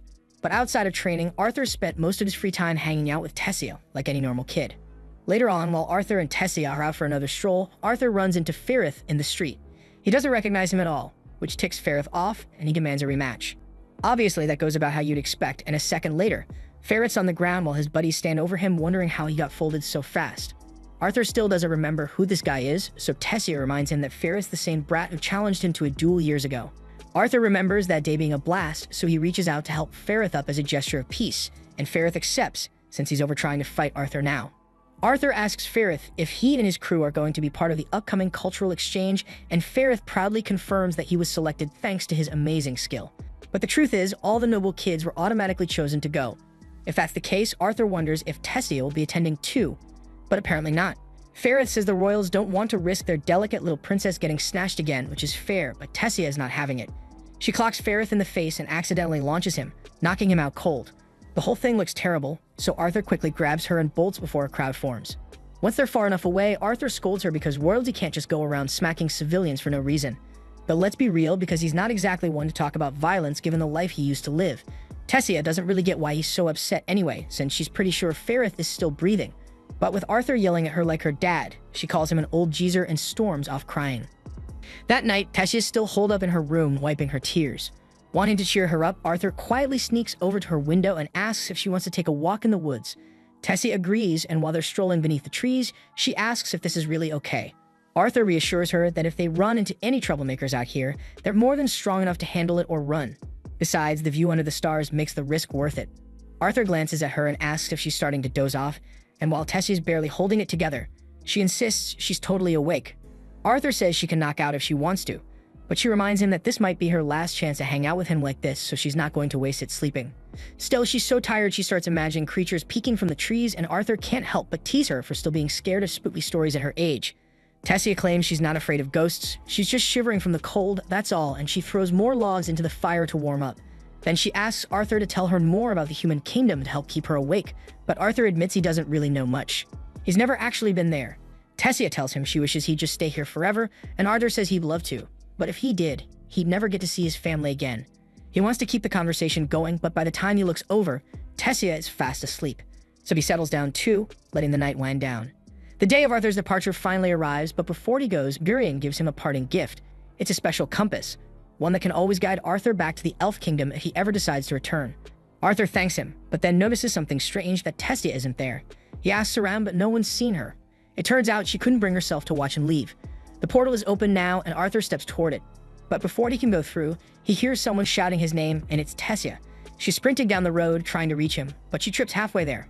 Arthur rushes over, kneels beside her, and holds out his hand. As she takes it, she starts talking a mile a minute, telling him he better not do anything reckless while he's away or she'll never forgive him. Arthur knows she's scared for him, so he pulls her into one last hug and quietly tells her he's really going to miss her. The next day, Arthur arrives in Cyrus City and he finally reunites with his family, and to his surprise, finds out he has a little sister now. Her name's Eleanor, and apparently Alice and Ray have been telling her stories about him for years, so she's beyond excited to finally meet her big brother. They all head inside, and the moment they sit down, Alice starts asking if Arthur's really okay. The last time they spoke, he told them he was sick, so she's understandably worried and wants to know if he actually got better. Arthur assures her that he's fine now and there's nothing to stress about. But he knows they deserve answers, so he sits them down and tells them everything he's been through since the day they got separated. Of course, he leaves out the parts about meeting Sylvia and receiving her beast will. Instead, he focuses on how he met Tessia and the time he spent in the Elf Kingdom getting treatment for his condition. Alice still looks concerned and asks him again if he's really okay, because if his sickness ever comes back, there's no way they could help him in a place like this. Arthur tells her not to worry, it won't come back. But since he can't tell them the truth about the beast will, he makes something up, saying his illness was caused by awakening his mana core too early, which made it unstable.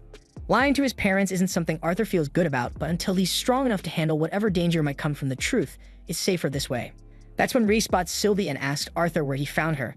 So Arthur plays it cool and lies again by saying that he found Sylvie in a mana beast's cave and decided to take her in as his pet.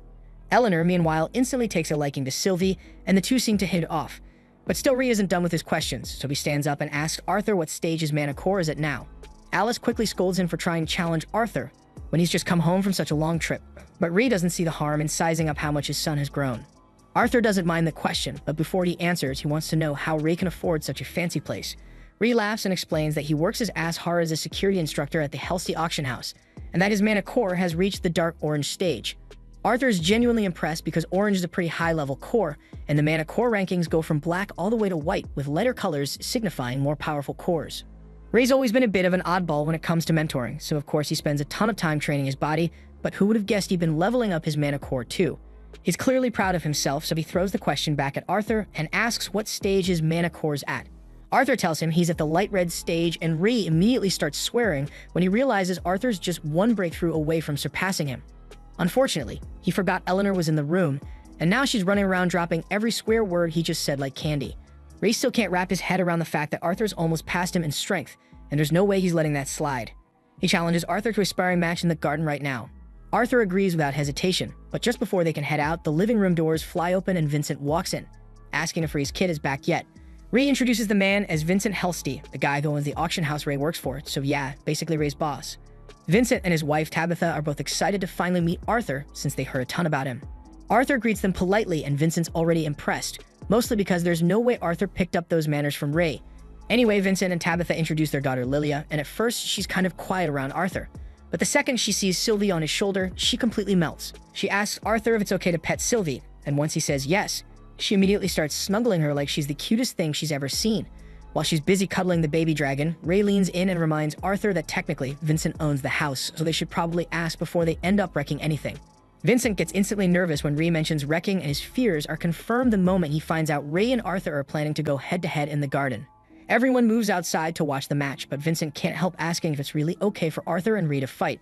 He's still struggling to believe that a kid Arthur's age has already reached the light red core stage. Alice, however, knows her son better than anyone and says that Arthur's always been a fast learner, and besides, it's not like he has any reason to lie. So Tabitha just tells Vincent to relax and enjoy the match. What no one knows, though, is that Arthur could have hit the orange stage years ago. But while he was training with his beast will, he wasn't allowed to touch his mana core at all. Still, he's more than ready to put on a show, because Arthur's got a few new tricks he's been dying to use. As soon as the match starts, Arthur and Ray go straight into trading blows, and Ray's immediately impressed by how much stronger Arthur has become. But he still has the upper hand when it comes to raw strength. After a few quick exchanges, distance opens up between them, and Ray grins as he says he's ready to crank things up. He covers his hand in flames and warns Arthur that he can still call it quits if he wants. In this world, every mage has an elemental type they're most compatible with, and for conjurers, manipulating that element is simple, but augmenters, not so much. That is, unless they hit a high enough level, and once they do, they can identify their elemental affinity and use it to enhance their physical attacks. Ray's fire-imbued strikes make him a lot tougher to deal with, so Arthur decides it's time to stop holding back. So he starts channeling mana straight into his arms. When they clash again, they're much more evenly matched, but Arthur still gets launched back from Ray's sheer power. Even so, all the combat theory Arthur carried over from his past life made his training under Virion ridiculously effective. He ended up mastering fire magic early on, and once he did, Virion told him to push further, to start aiming beyond standard elemental control. Arthur focuses his mana again, but this time electricity starts sparking around his body, and he's generating lightning now. Ray is stunned because he can't believe Arthur's really using an advanced form of fire magic, but Arthur's not done yet. While channeling lightning, he also starts manipulating water from the nearby fountain, curving it behind Ray for a surprise attack. Ray manages to block it just in time, but now he's truly floored. Arthur's using both fire and water elements at once. He couldn't be prouder, so he grabs Arthur in a hug, asking him where he picked up those skills and whether he's hiding even more tricks up his sleeve. Arthur explains that he just started working on lightning magic recently, and while his controls still needs work, he's making steady progress. That's when little Eleanor comes sprinting onto the field to check on both Arthur and Ray, and over at the sidelines, Vincent and Tabitha are still completely speechless. Because let's be honest, no normal kid should be able to pull off what Arthur just did. Later that night, everyone gathers around the table for dinner, and Vincent just won't stop going on about how amazing Arthur is, so Ray grins and says he knew Arthur was something else ever since he awakened his mana when he was just 3. Vincent nearly chokes on his drink because that's ridiculous. Even the most talented mages usually don't awaken their mana until they're about 8. Then again, most of them also don't blow up their house in the process. Ray bursts into laughter remembering that moment, though maybe he laughs a bit too hard because he ends up tipping over in his chair. Right after that, Vincent stands up and suggests Arthur should apply to Xyrus Academy. Ray had never really thought about that before after all. Xyrus is usually reserved for wealthy and well-connected mages. But Tabitha agrees with Vincent and says they'd even be willing to sponsor Arthur's tuition because someone with talent like his is bound to go far. Alice looks hesitant to accept though, because she knows they've already done so much for their family. And now they want to pay for Arthur's education too. Besides, Arthur's only 8 and Xyrus Academy usually only accepts students starting at 10. But Vincent's already one step ahead. He mentions that he knows the Academy's director personally, thanks to his work, and if he speaks to her, he's sure he can get Arthur an exception. Before they can go any further, Arthur finally speaks up. He says it would have been nice if someone actually asked him how he felt before deciding something so major. He just got reunited with his family today, and he'd kind of like to enjoy that before anyone talks about shipping him off to school. Then he gets up from the table and starts walking through the hallways, though to be fair, he's still not familiar with the layout of this place. A moment later, Lilia calls out to him and warns that if he keeps walking that way, he'll end up lost in the basement. She tells him to follow her instead, and Arthur doesn't have anything else to do right now, so he goes along. She leads him to one of the break rooms where all the house staff usually hang out. Everyone there greets Lilia right away since she visits often, and even though Arthur only just arrived today, they already know who he is, mainly because he scorched the garden earlier during his spar with Ray. Arthur apologizes for the trouble, but no one seems too bothered about it. Then Lilia asks Maria if there's any duck left over, and there is, but Maria warns her to watch how much she eats, teasing that she's starting to put on weight lately. Then one of the maids lets Arthur know that Lilia tends to come down here when she's feeling overwhelmed. Her parents have been putting a lot of pressure on her to awaken as a mage, so they've been pushing her through non-stop lessons. Lilia does want to become a mage herself, but all that pressure eventually builds up, and sometimes she just needs a moment to breathe. That evening, Arthur is spending some quiet time with his parents, and they're still absolutely overjoyed to have their little boy back. He may look a lot different now compared to the last time they saw him, but deep down, he's still the same kid they raised. With Arthur's talent, it's pretty clear he's going to be an incredible mage someday, but even if he wasn't, they'd still love him just as much. They'd love to stay up and keep talking, but they're sure Arthur must be wiped out from everything, so they get up and tell him goodnight. But before they head out though, Ray stops and brings up what Vincent mentioned earlier. He knows it might have come off as a little pushy, but everything Vincent said was out of genuine concern for Arthur's future. And just to be clear, no one is going to force Arthur to go to the academy if it's not something he wants. The next day, Arthur wakes up and hurries downstairs because some familiar faces have shown up to visit. The Twin Horns crew found out Arthur was back, so they stopped by to see how he was doing. Arthur's happy to reunite with them, but Angela is even more pumped because she immediately pulls Arthur into a giant nice hug. And after Angela finally lets go, Arthur turns to greet the rest of the group. But then Jasmine walks up and starts running her hands over Arthur's body.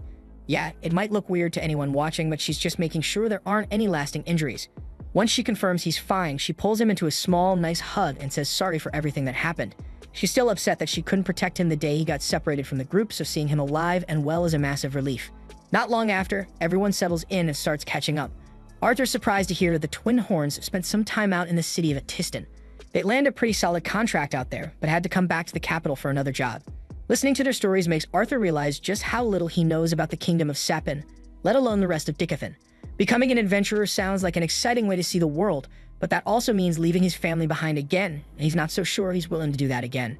A few days passes, and we see Arthur in his room working on mastering his beast will, and that's when he discovers something wild, which lets him pause time, but problem is that he can only freeze things for a few seconds, and every time he does it, he's completely wiped out. He starts questioning whether pushing himself this hard for a power he doesn't even fully understand is worth it, but then he remembers exactly why he's doing this, to protect the people he loves. That's all the reason he needs, so he keeps grinding. Though before anything else, he notices Sylvie smells absolutely awful, so he grabs her and heads to the bath. She's not a fan of getting washed, but Arthur's not about to let her stink up this beautiful place.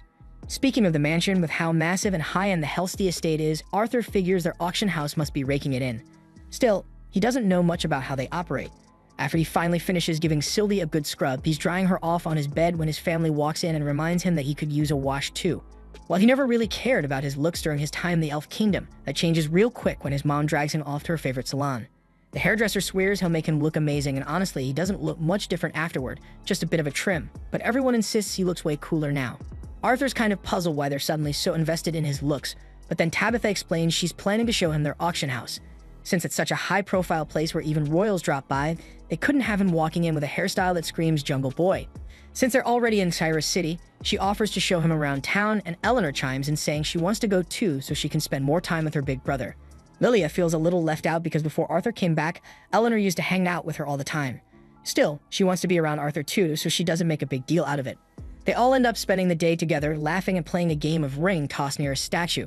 But out of nowhere, a bunch of guys suddenly toss a ring at his head and walk away like nothing happened. Arthur's left staring, completely thrown off, so he asks Lilia what that was about since those guys seem way too cocky.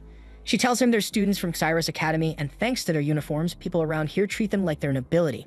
Arthur's honestly disappointed because he thought he'd be able to avoid that kind of arrogance in town, but for now, he decides to just let it slide. Not long after, Arthur senses a strange energy coming from a nearby shop, so he heads over to check it out. His parents explain that it's a beast core store. Arthur is caught completely off guard because he didn't even know you could buy or sell beast cores. Back in the Elf Kingdom, that kind of thing just wasn't a thing, but apparently here in the human world, it's super normal. Tabitha goes on to explain that beast cores help boost a mage's power, and if one has a beast will inside, it could sell for up to 100 gold coins. Just to give an idea, that kind of money could keep Arthur's whole family living comfortably for over 2 centuries. She tells him their auction house will be offering some beast cores soon and says she could let him hold one if he's curious. Arthur thanks her, but he's not that interested because he's totally fine with the one he got from Sylvia. That's when Lilia suddenly pipes up and asks her mom if she can have one too, but Tabitha shuts it down instantly, because getting a beast core isn't some magic trick to make her awaken overnight, and besides, she says they're way too pricey for a kid like Lilia. Lilia keeps pushing, but Tabitha stands her ground and says that's the end of the conversation. Later, they stop by a small cafe for lunch, but Arthur can tell Lilia is still upset. From what was said earlier, it's clear Tabitha wants Lilia to take her time with awakening, but something's bugging Lilia because she seems like she's in a hurry for a reason. Arthur's about to ask what's going on, but then he looks around and realizes Lilia's not even there anymore.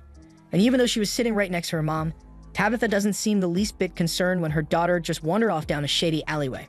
Arthur gets up and follows her trail, eventually finding her inside a magic shop. She's staring at one of the cheaper beast cores on display. With her own pocket money, she could probably afford that one. But Arthur steps in and asks if she's really sure about this, because just getting a beast core doesn't mean she'll suddenly be able to cast magic.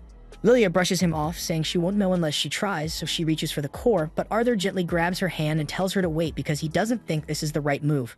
But Lilia doesn't want to hear it from him because as far as she's concerned, he'll never get what she's going through, not when he's always been gifted. Lilia quickly pulls away from Arthur, but in doing so, she accidentally bumps into someone behind her, and it just so happens to be one of the ex-Iris punks from before. She immediately apologizes, saying it was an accident, but the guys got way too much pride to let that slide. The group of them start gearing up to pick a fight. The shop owner hears the noise and comes out to check what's going on. At the second he sees those ex-Iris uniforms, he nopes out and heads right back into his office, clearly wanting nothing to do with those troublemakers. Now the Academy boys figure they've got a free pass to do whatever they want, and first on their list is burning Arthur and Lilia. Lilia immediately hides behind Arthur, and while Arthur would have liked to settle this without a scene, these guys clearly aren't the talk-it-out type. He gets ready to knock them down a peg, But right before anything can happen, Tabitha and Alice arrive and order everyone to drop their magic right now. The boys try to brush her off at first, asking who the hell she thinks she is.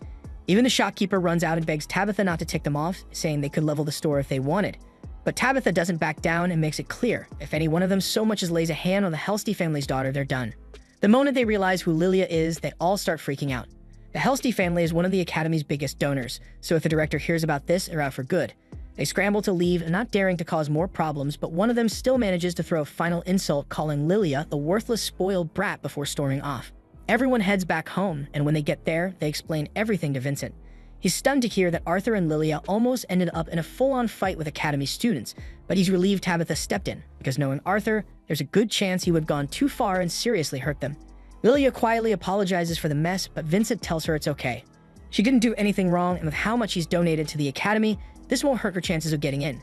He even adds that Arthur doesn't have to worry either, but Lilia immediately takes it the wrong way, thinking that her dad wants Arthur to take her place instead. Her parents try to explain that's not what they meant, but she's so overwhelmed by her own doubts that she believes they see her as a disappointment. She yells that she hates both of them and takes off, leaving everyone completely stunned. After a few hours, when it's time for dinner, Arthur heads up to get Lilia, but her room's empty. When she was little, Vincent would always share stories about the Academy, so Lilia had been looking forward to it for as long as she could remember. That excitement eventually turned into impatience, but she couldn't apply until her mana awakened, and it's been taking longer than anyone expected. Her parents kept telling her not to stress over it, but once she saw Arthur mastering magic at such a young age, she couldn't help but feel like she was falling behind. Arthur finally tracks her down in the staff break room, sitting quietly. He wants to say something that'll lift her up, but the last thing he wants is to sound condescending, so for a second, he hesitates. But before he even says a word, Lilia beats him to it and apologizes for being jealous. After he showed off his power, her dad started giving him all this attention, and even though she doesn't blame him, it still hurts, because she feels like she's the problem, like she's the one who fell short. Arthur gets it because he knows exactly what it's like to wrestle with that kind of doubt, so he grabs her cheeks and tells her straight up that she's not a disappointment. He's seen how hard she's been working, and he knows her parents see it too. They're proud of her, and some overpowered freak like him isn't going to change that. Lilia lets out a laugh, realizing how ridiculous she's been acting. Her dad just wants her to become a mage so she can be happy. That's why he's been pouring money into making sure she gets into the Academy. She gets that her parents don't want her to burn herself out, but the more Vincent does for her behind the scenes, the more it makes her look like some pampered rich kid in everyone else's eyes. Arthur gets where she's coming from, so he offers to help. He asks her if she really wants to use magic, because if she does, he knows a way to speed things up. Later that evening, Arthur tells Lilia's parents that she's left the house and they're caught off guard. They immediately ask what happened, so Arthur explains that he sent her off to train to help her awaken her magic. And just in case they're worried, he assures them that the people she's with are trustworthy and kind. Still, Vincent and Tabitha demand to know why he'd do something like that without talking to them first. Arthur says it wasn't his decision alone, Lilia wanted it that way. If she'd had to say goodbye face to face, her nerves might have gotten the better of her. But she didn't leave without a word. She wrote them a letter, and Arthur hands it over to worried Dad. The letter says Lilia always felt like a failure for not being able to use magic, but no matter how long it takes, she's going to keep training until she becomes an incredible mage. Until that day comes, she won't come home, so she asks her parents to stay safe while she's gone. Hearing that, Vincent drops his knees, crushed because deep down he knows this is his fault. He's the one who drilled it into her that becoming a mage was the only way to be happy. But the truth is, magic or not, she's his daughter, and he could never see her as worthless. Right after he says that out loud, Arthur turns and calls Lilia to come out, and to Vincent's complete shock, she walks in from behind the door. She'd been there the whole time. Confused, Vincent asks what's going on, and Arthur steps in to explain. He starts by saying sorry for tricking them, and he knows how terrifying it must have felt to think Lilia ran away, and he truly regrets scaring them like that. But he did it to help Lilia see something that her parents would love her no matter what, even if she never learns to use magic. Vincent hears him out, and instead of getting mad, he realizes how blind he's been all this time. So he walks over to Ray and Alice and apologizes for trying to push Arthur straight into the Academy the moment he came back. Then he turns to Lilia and tells her he's sorry for making her feel like she had to be a mage. He says she doesn't need to go to the Academy. She doesn't need to become anything she doesn't want to be, she just needs to be happy, and that's all that matters. Lilia is grateful, but she explains that she still wants to enroll. Even if it takes a couple more years for her mana to awaken, she wants to get there on her own terms. She wants to become a mage, not just for herself, but to use her powers to help others feel joy.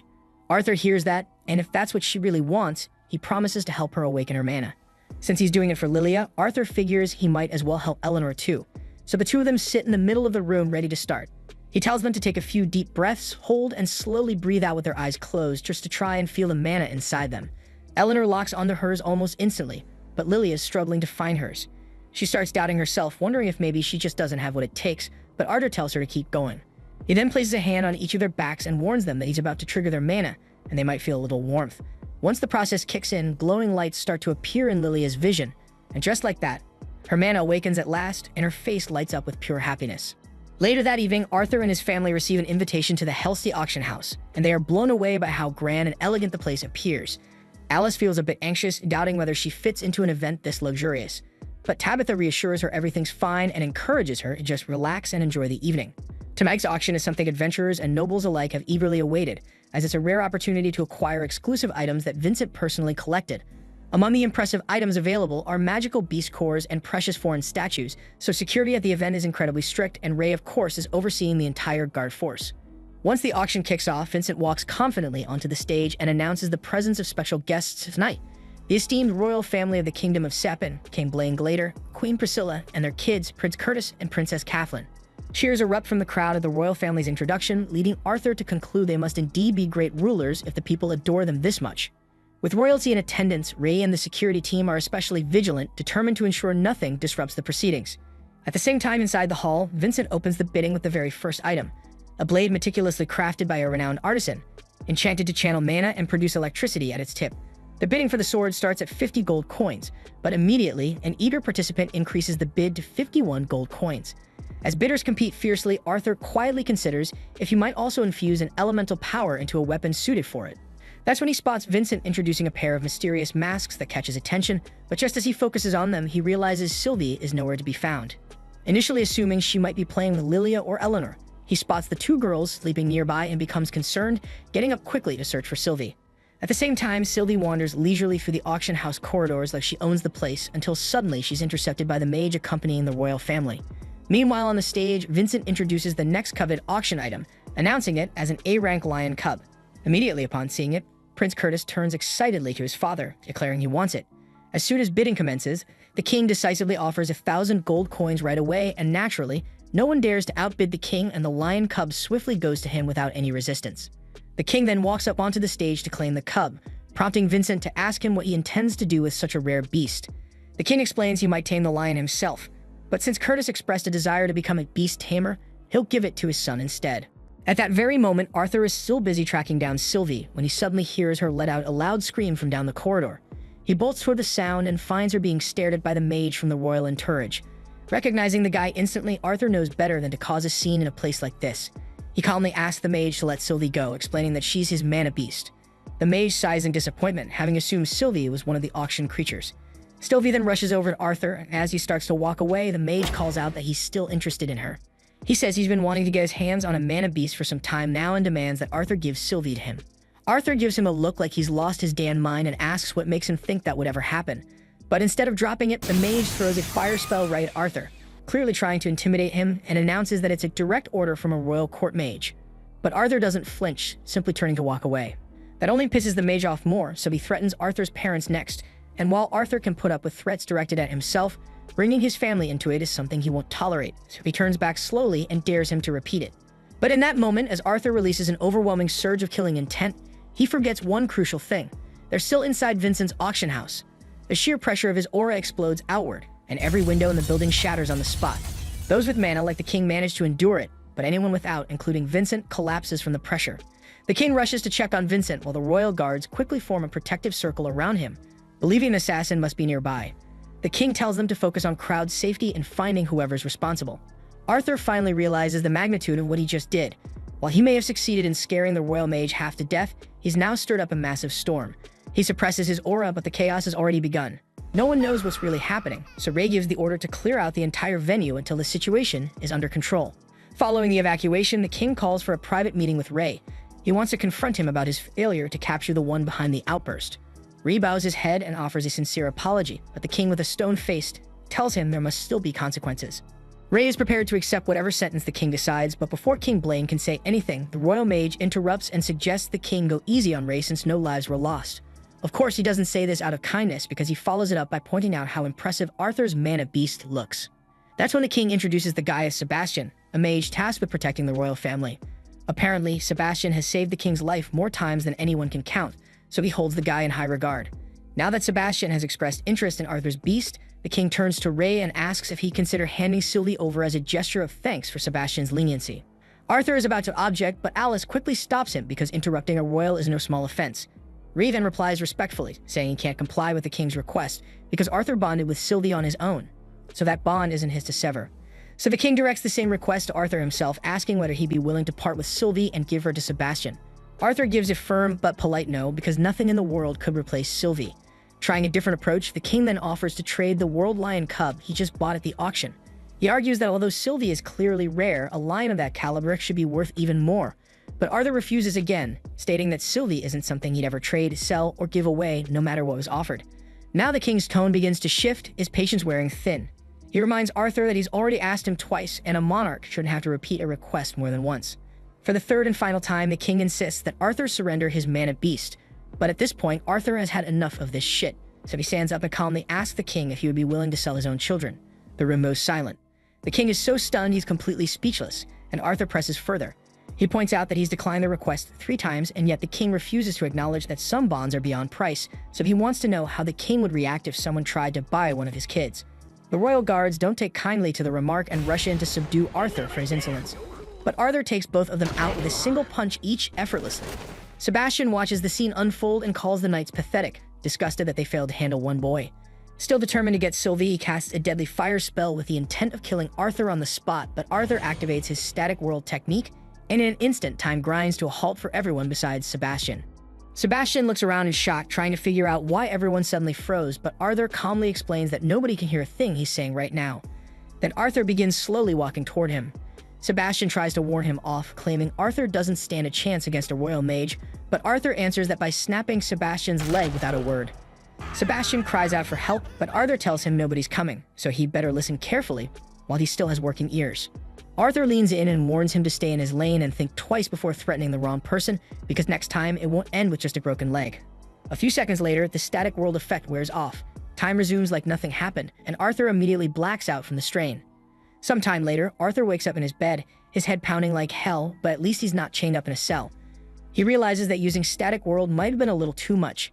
He really did manage to freeze time briefly, but the backlash hit his body like a truck. Just then, Alice enters the room to check on him, and she's visibly relieved to see him conscious again. Arthur asks her what happened after he passed out, and Alice tells him that the moment he collapsed, everyone panicked. She rushed to help and started treating him right away, but even then, it took a while before he finally stabilized. Now that he's up and talking again, Alice asks if he wants to tag along with her for a shopping trip. Arthur figures a little walk might do him good, so he agrees. While they're out, Arthur notices a hairpin that would suit Eleanor perfectly, but he still doesn't have any money on him. Alice sees this and buys it for him, telling Arthur he can give it to Eleanor as a gift when the time's right. She even offers to buy him something too, but Arthur hesitates and asks if it's really okay to be spending so much, especially if Ree might have lost his position after the auction house incident. But Alice reassures him that there's no need to stress over that because she has a job too. Arthur's surprised because he had no clue she worked, but apparently Alice creates luxury goods, and they're a hit among nobles. She earns enough to keep them comfortable, so spending a little extra now and then isn't a problem at all. And by the end of their shopping spree, both of them are loaded down with bags. When they get back home, they overhear Ree talking to someone in the living room.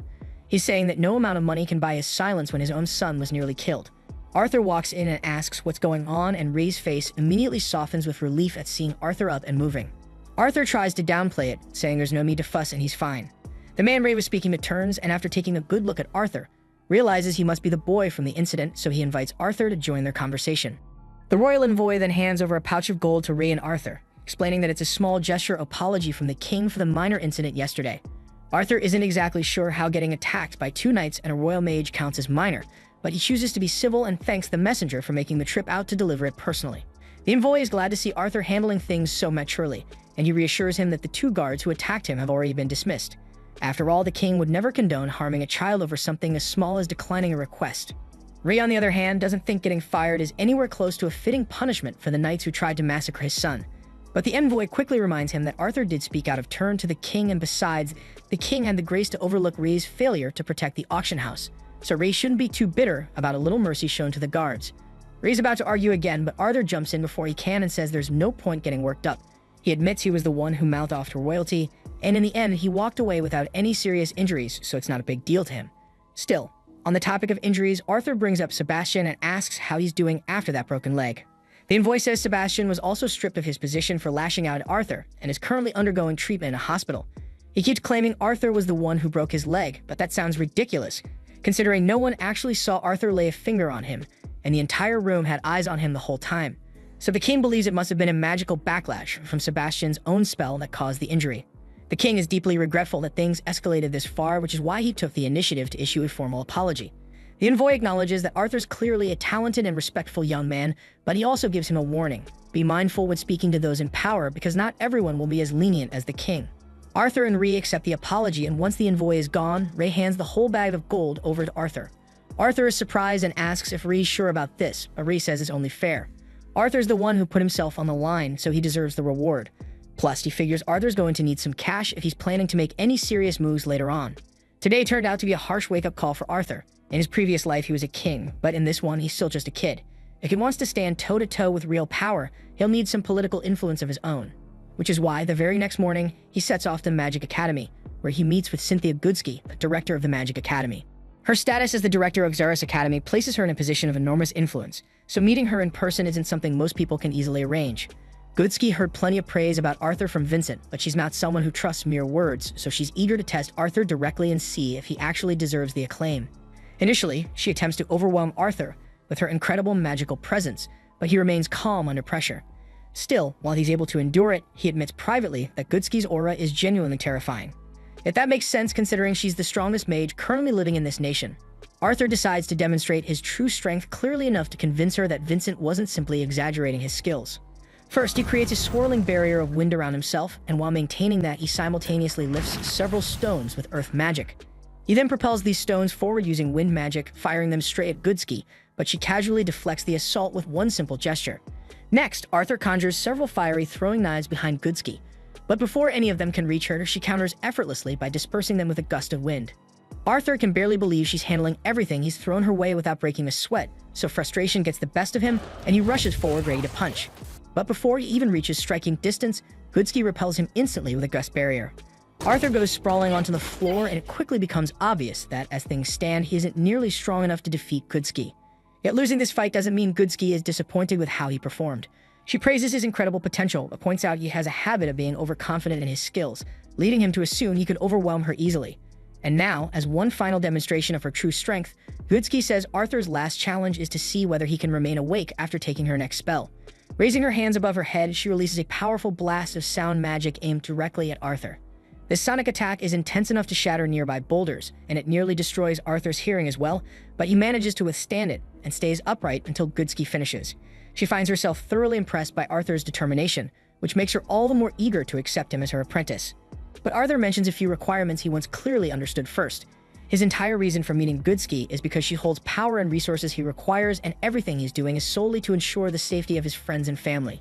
He makes it clear that if Goodsky guarantees to help protect his loved ones, he'll gladly join the academy and officially study under her guidance.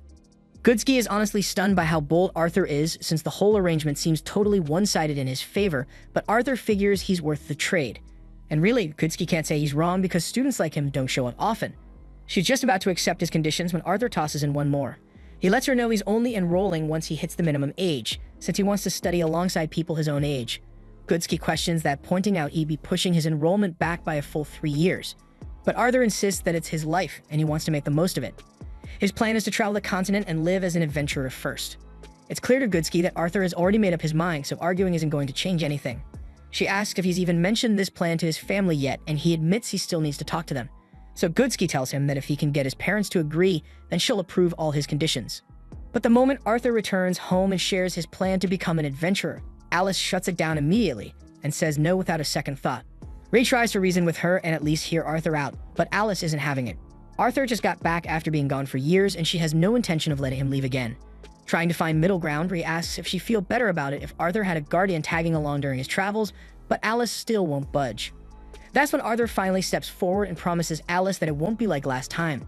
He says this isn't some long-term goodbye, he's only going on trips where he'll be able to return home every few months. That eases Alice's anxiety a bit, and besides, Arthur isn't leaving immediately either. He wants to stay home for another month or two first to relax and spend more time with them. Still, he needs to explore more of Dicathan, because there's so much out there he hasn't figured out yet, and training nonstop by himself would just get stale, so he wants real battles to put his skills to the test. Alice isn't totally against the idea of Arthur going off to be an adventurer anymore, but she's still nervous, so she asks him to promise that he won't hide anything from her. Arthur agrees to be upfront with her, but deep down he knows there are plenty of secrets he'll have to keep from his family. On another note, Ray still thinks it'd be smart for Arthur to have someone watching his back since adventuring is no joke. So he goes to reach out to his old friends to see if anyone can step in. He doesn't really have much money to offer, but he promises to pay them back however he can. Even so, the twin horns don't care about that. They say he doesn't need to worry about paying them because they're friends and they're happy to help Arthur however they can. But even with all that, Adam immediately says he's out because babysitting isn't his thing, and he's worried that if they end up clashing, Arthur might get annoyed enough to kill him in his sleep. The others kinda laugh, but they agree that with how irritating Adam can be, that's not exactly far-fetched. Right then, Jasmine speaks up and volunteers. Everyone's caught off guard since they all know she hates bodyguard gigs even more than Adam does. But Jasmine says if it's for Arthur, she's okay with it, and Ree really appreciates her stepping up, so the job's officially hers. She's an odd mentor like Arthur, recently hit the light orange rank, and she already gets along with him, so she's probably the best choice for something like this. Now that the Guardian situation's taken care of, Arthur asks Ree if he can stop by the auction house since he still needs a sword for the adventurer exam. Ree doesn't mind and sends a request over to Vincent to set things up. The following day, Arthur meets up with Vincent and explains that he needs a weapon for the admissions trial. Vincent tells him to take his time and look through whatever he wants. There's a massive variety in stock, so going through all the swords is going to take a while. By the time dinner rolls around, Arthur still hasn't come back.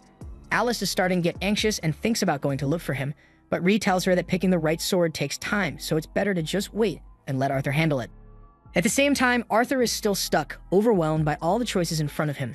He's gone through hundreds of swords already, and not a single one has caught his eye. Since most fighters around here are augmenters, the collection is stacked with bulky two-handers or oversized one-handed swords. But with Arthur's smaller frame, none of those are even practical.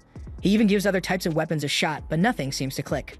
That's when Sylvie tugs at him, pointing his attention toward a random stick lying on the ground. Arthur doesn't understand what's so special about it, but he humors her and picks it up, only to notice right away that it's way heavier than it looks. The balance feels completely off too, like it's hiding a blade inside. Curious, Arthur gives the handle a tug, and after channeling a little mana into it, glowing runes flash in his vision. Suddenly, the sword unsheathes.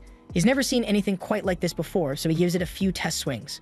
It's too heavy for him to swing comfortably, but even so, the blade's quality is insane, and he slices clean through a barrel, like it's nothing. While he's still messing around with it, the sword gives him a little shock and he drops it by accident. But when he picks it back up, something's different. The balance is perfect now, and its shape feels like it was custom-made for him. Arthur's a bit thrown by how the weapon just adjusted to him like that. Back when he was King Gray, he handled countless legendary swords, but none that ever adapted to him so precisely. He tries another swing, this time at his second barrel, and it shatters in one clean strike. Just then, Vincent, Ray, and Jameson show up since Arthur's been gone way too long and dinner's getting cold. They ask if he's finally picked a sword, but Arthur isn't ready to show this one off because he's worried Vincent might realize how rare it is and try to take it back. So instead, he snatches some random blade off the rack and says he'll go with this one. Ray gives it a try, and while he can tell it's totally average, if Arthur's fine with it, then Vincent says it's his to keep. Right then, Vincent spots the stick strapped to Arthur's side and asks him about it, but Arthur brushes it off with a casual excuse, claiming it's just some random stick he found lying around and thought he used for light practice, since it's of course not a sword. Vincent doesn't even recall ever owning something like that, so he turns to Jameson and tells him to check the warehouse inventory and see where it came from. Jameson replies that some old guy once chucked it at him while muttering something weird about how nobody was worthy of using it. From the outside, it just looked like a reinforced staff, and even after consulting several experts, they all agreed it was nothing more than a plain stick. Still, Jameson thought it looked pretty cool and decided to stash it away. Arthur then politely asks if he can keep it, and since Vincent has no use for it anyway, he lets Arthur take it without a fuss. In the weeks that follow, Arthur enjoys spending time with his loved ones while getting ready for his journey. Before long, his 9th birthday rolls around. A big celebration is thrown in his honor, and later everyone gathers to give him their gifts. The first present he opens is from Alice, a glove enchanted with healing properties using embedded gems, so he can patch himself up if he ever gets injured. Vincent goes next, handing over a matching pair of rings and telling Arthur they're for his mom's peace of mind, as the gem on her ring will light up if Arthur is ever in serious danger, allowing them to send help right away. The last one comes from Adam. It's a voice scroll that can transmit messages, so Arthur can use it to send updates, and Alice will be able to respond. Arthur thanks everyone for the thoughtful gifts, and since he's officially setting off tomorrow, he tells them how much he appreciates all they've done for him. Alice then begs him to take care while he's out there, and she couldn't care less if he gets famous or rich, because what matters is that he comes back safe. That evening, Arthur finishes packing his gear, and even though it hurts to leave his family again, he knows this is something he has to do to grow. So if he wants to protect the people he loves, he has to get stronger, and that means stepping out into the world and gaining real experience. Once he's all set, he heads downstairs where everyone is waiting to say goodbye. Rei reminds him not to get cocky just because he's strong, but he also tells him that while he's out there chasing his goals, they'll be cheering him on back home. Jasmine starts off by taking Arthur to the Adventurers Guild so he can get registered, and he shows up wearing a mask, not just to look cool and mysterious, but also to keep his identity under wraps so the royal family doesn't start poking around in his business. The receptionist then brings them straight to the office of Guild Master Caspian, who greets Jasmine with a big smile since she's not just some random A rank, she's got weight in this place. When Caspian finds out she wants Arthur to take the rank assessment, he says most people have to go through a few extra tests before that. Then he leans in close to Jasmine and whispers that since she's from a noble family, and he's on good terms with her dad, he'll bend the rules and let her partner skip straight to the exam. Caspian turns to Arthur next and tells him he doesn't have to use his real name when registering at the guild. He asks what name he should use, and Arthur decides to go with Note as his alias. The moment Arthur shakes his hand, he immediately picks up on how strong Caspian actually is, way stronger than he looks, especially for someone with that soft appearance. After that, Caspian walks them to the battle arena, which also doubles as the test site. Inside, a young magician is already mid-test, and she ends up getting a C rank. She clearly has good firepower, but her defense is lacking. Jasmine comments that the girl probably has strong potential anyway, since pulling off a C rank at her age isn't exactly easy. Then the next guy steps up, but he doesn't even have to spar, he just walks up and gets handed a B rank on the spot, and the whole crowd's left speechless. Arthur glances at Jasmine and asks what just happened, but even she has no clue. After that, some arrogant kid named Lucas steps up, demanding that the examiner skip his match and just hand over the A rank already. The examiner tells him he's not exactly wrong, his mana core is already at light orange stage, and he's only 11. That stuns everyone, but Arthur gets a better look and realizes Lucas is actually an elf. Once the test starts, Lucas summons a fire beast and sends it straight at the examiner, who quickly locks it inside a rock pyramid. Lucas jumps right on top of it and slams his staff down, triggering a big spell that sends fireballs raining over the whole arena before the fight's even fully underway. But then things go sideways, the giant fireball floating overhead loses control and looks like it's about to blow everything up. The examiner immediately jumps in, stirs up a thick dust cloud, and manages to protect Lucas while snuffing out the runaway spell in one smooth move. As the smoke clears out, the examiner tells Lucas he did pretty well, but the kid's still running high on adrenaline and suddenly lashes a fireball out at her without warning. Luckily, Arthur steps in and blocks the hit by chucking his sword across the field, and that sends Lucas into a tantrum. He yells that the match should be redone because someone interfered, but the referee shuts that down fast and says it was already finished. The main examiner then tells Lucas that while his power and potential are impressive, he's got no sense whatsoever, so she's sticking him with a D rank. Lucas looks like he just got slapped. He starts yelling that he's going to report this to his dad, but she just floats him away with earth magic like a misbehaving toddler.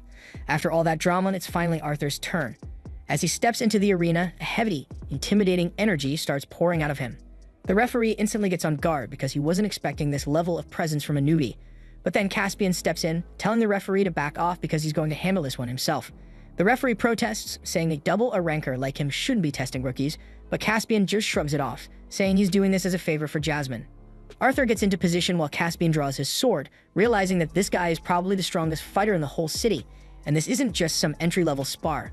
But that just gets Arthur more pumped, and he charges forward to prove himself. Arthur lights up his blade with fire magic and goes at Caspian, who blocks without breaking a sweat. They start going back and forth, exchanging fast strikes. Caspian notices Arthur's movements are a little rough, like his skills are ahead of what his body can actually keep up with. Arthur suddenly spots an opening and tries to go in for the strike, but Caspian disappears from in front of him and reappears behind, forcing Arthur to back off. Arthur kicks things up with a fire-boosted dash and attacks again, but Caspian responds with a gust of wind magic that shoves him away, warning him not to let his confidence get the better of him. In the end, Arthur passes and is officially ranked as a B-rank adventurer, walking out with his license in hand. But at that exact moment, the higher-ups in the guild corner Caspian because they pissed that more than 2 kids walked out with B ranks in one day. Caspian reminds them that about 6 months ago, the ban on elves and dwarves becoming adventurers was lifted. That seems to explain a lot, and the top brass finally gets it. Almost every kid who got B rank today has either elven or dwarven blood in them. Lucas, for example, is a half-elf from a family known for pulling all kinds of stunts to raise powerhouse mages. The geek who didn't even take the test turns out to be human, but he grew up in the Dwarven Kingdom and had some serious high-up connections, which is why even Caspian couldn't step in to evaluate him. The guild officials are worried about what kind of backlash that could bring, but one of the knights is more curious about Arthur. Caspian tells them he honestly doesn't know much about the guy, but he's certain that Arthur isn't an elf or a dwarf. What he does know is that he's strong, and more importantly, Jasmine, the daughter of the kingdom's most powerful fire magic family, is backing him. Caspian admits Arthur's fire spells are solid, but his swordsmanship is on another level. If he keeps sharpening that, he'll become a real force in the adventurer world. At the same time, Arthur himself starts thinking the same thing. He's been pouring too much time into magic lately, and it's time he focused more on improving his sword skills if he wants to level up. As he steps out of the guild, he accidentally bumps into Elijah the Geek from earlier, who immediately starts talking. He says it was pretty reckless of Arthur to interfere with Lucas's match like that. Then he adds that he would have stepped in anyway if Arthur hadn't. That's when Lucas shows up, asking what they're whispering about, but neither Arthur nor Elijah has any time for him. Lucas gets irritated, thinking he's just as powerful as they are. Arthur casually throws shade, telling him that a D-ranker should stay in his own lane and not bother B-rank adventurers. Lucas grabs his collar in anger, but since a bunch of people are watching, he decides to drop it and walk away. After that, Jasmine takes Arthur to the usual spot where rookie adventurers kick off their journeys, but she already knows Arthur's way past that level, and she admits the real target is much farther out. She suddenly bolts ahead, and Arthur struggles to keep up. He's caught off guard by how fast Jasmine can run, so this is the second time today someone has thrown him off. Earlier during the test, he underestimated Caspian a bit, and now he's starting to feel like he's slipping. Right then, a loud explosion echoes from the woods, and out of nowhere, a massive armored boar charges through. Everyone nearby freaks out and starts running, but a few unlucky adventurers don't make it, and they get mauled by the beast. Jasmine tells Arthur they need to retreat, explaining that this kind of monster isn't even supposed to exist in this region. Just a bit further down the path, they come across a wounded group of merchants lying beside a busted-up cage. Jasmine figures out that the boar was probably being transported somewhere, but it must have broken loose. All of a sudden, the boar crashes into their location and charges right at them.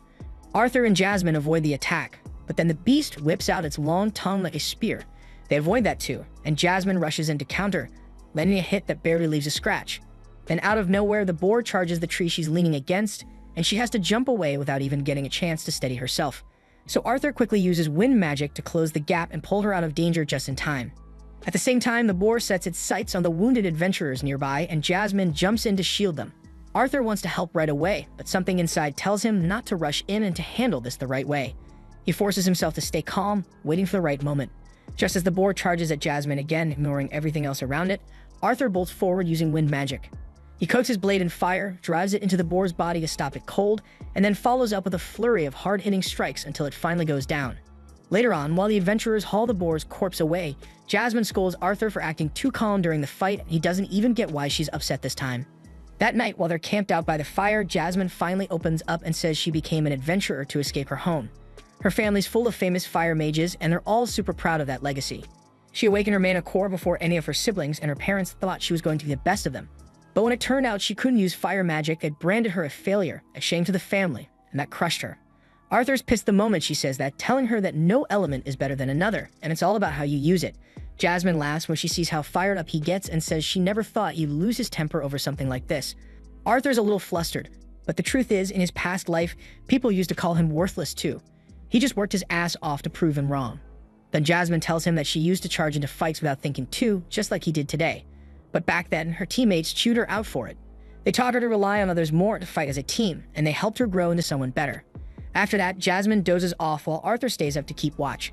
He starts thinking about whether he can really change too. He thinks about all the people in his life he wants to protect and promises himself that he'll do whatever it takes, change as much as he needs to make sure he can keep them secure.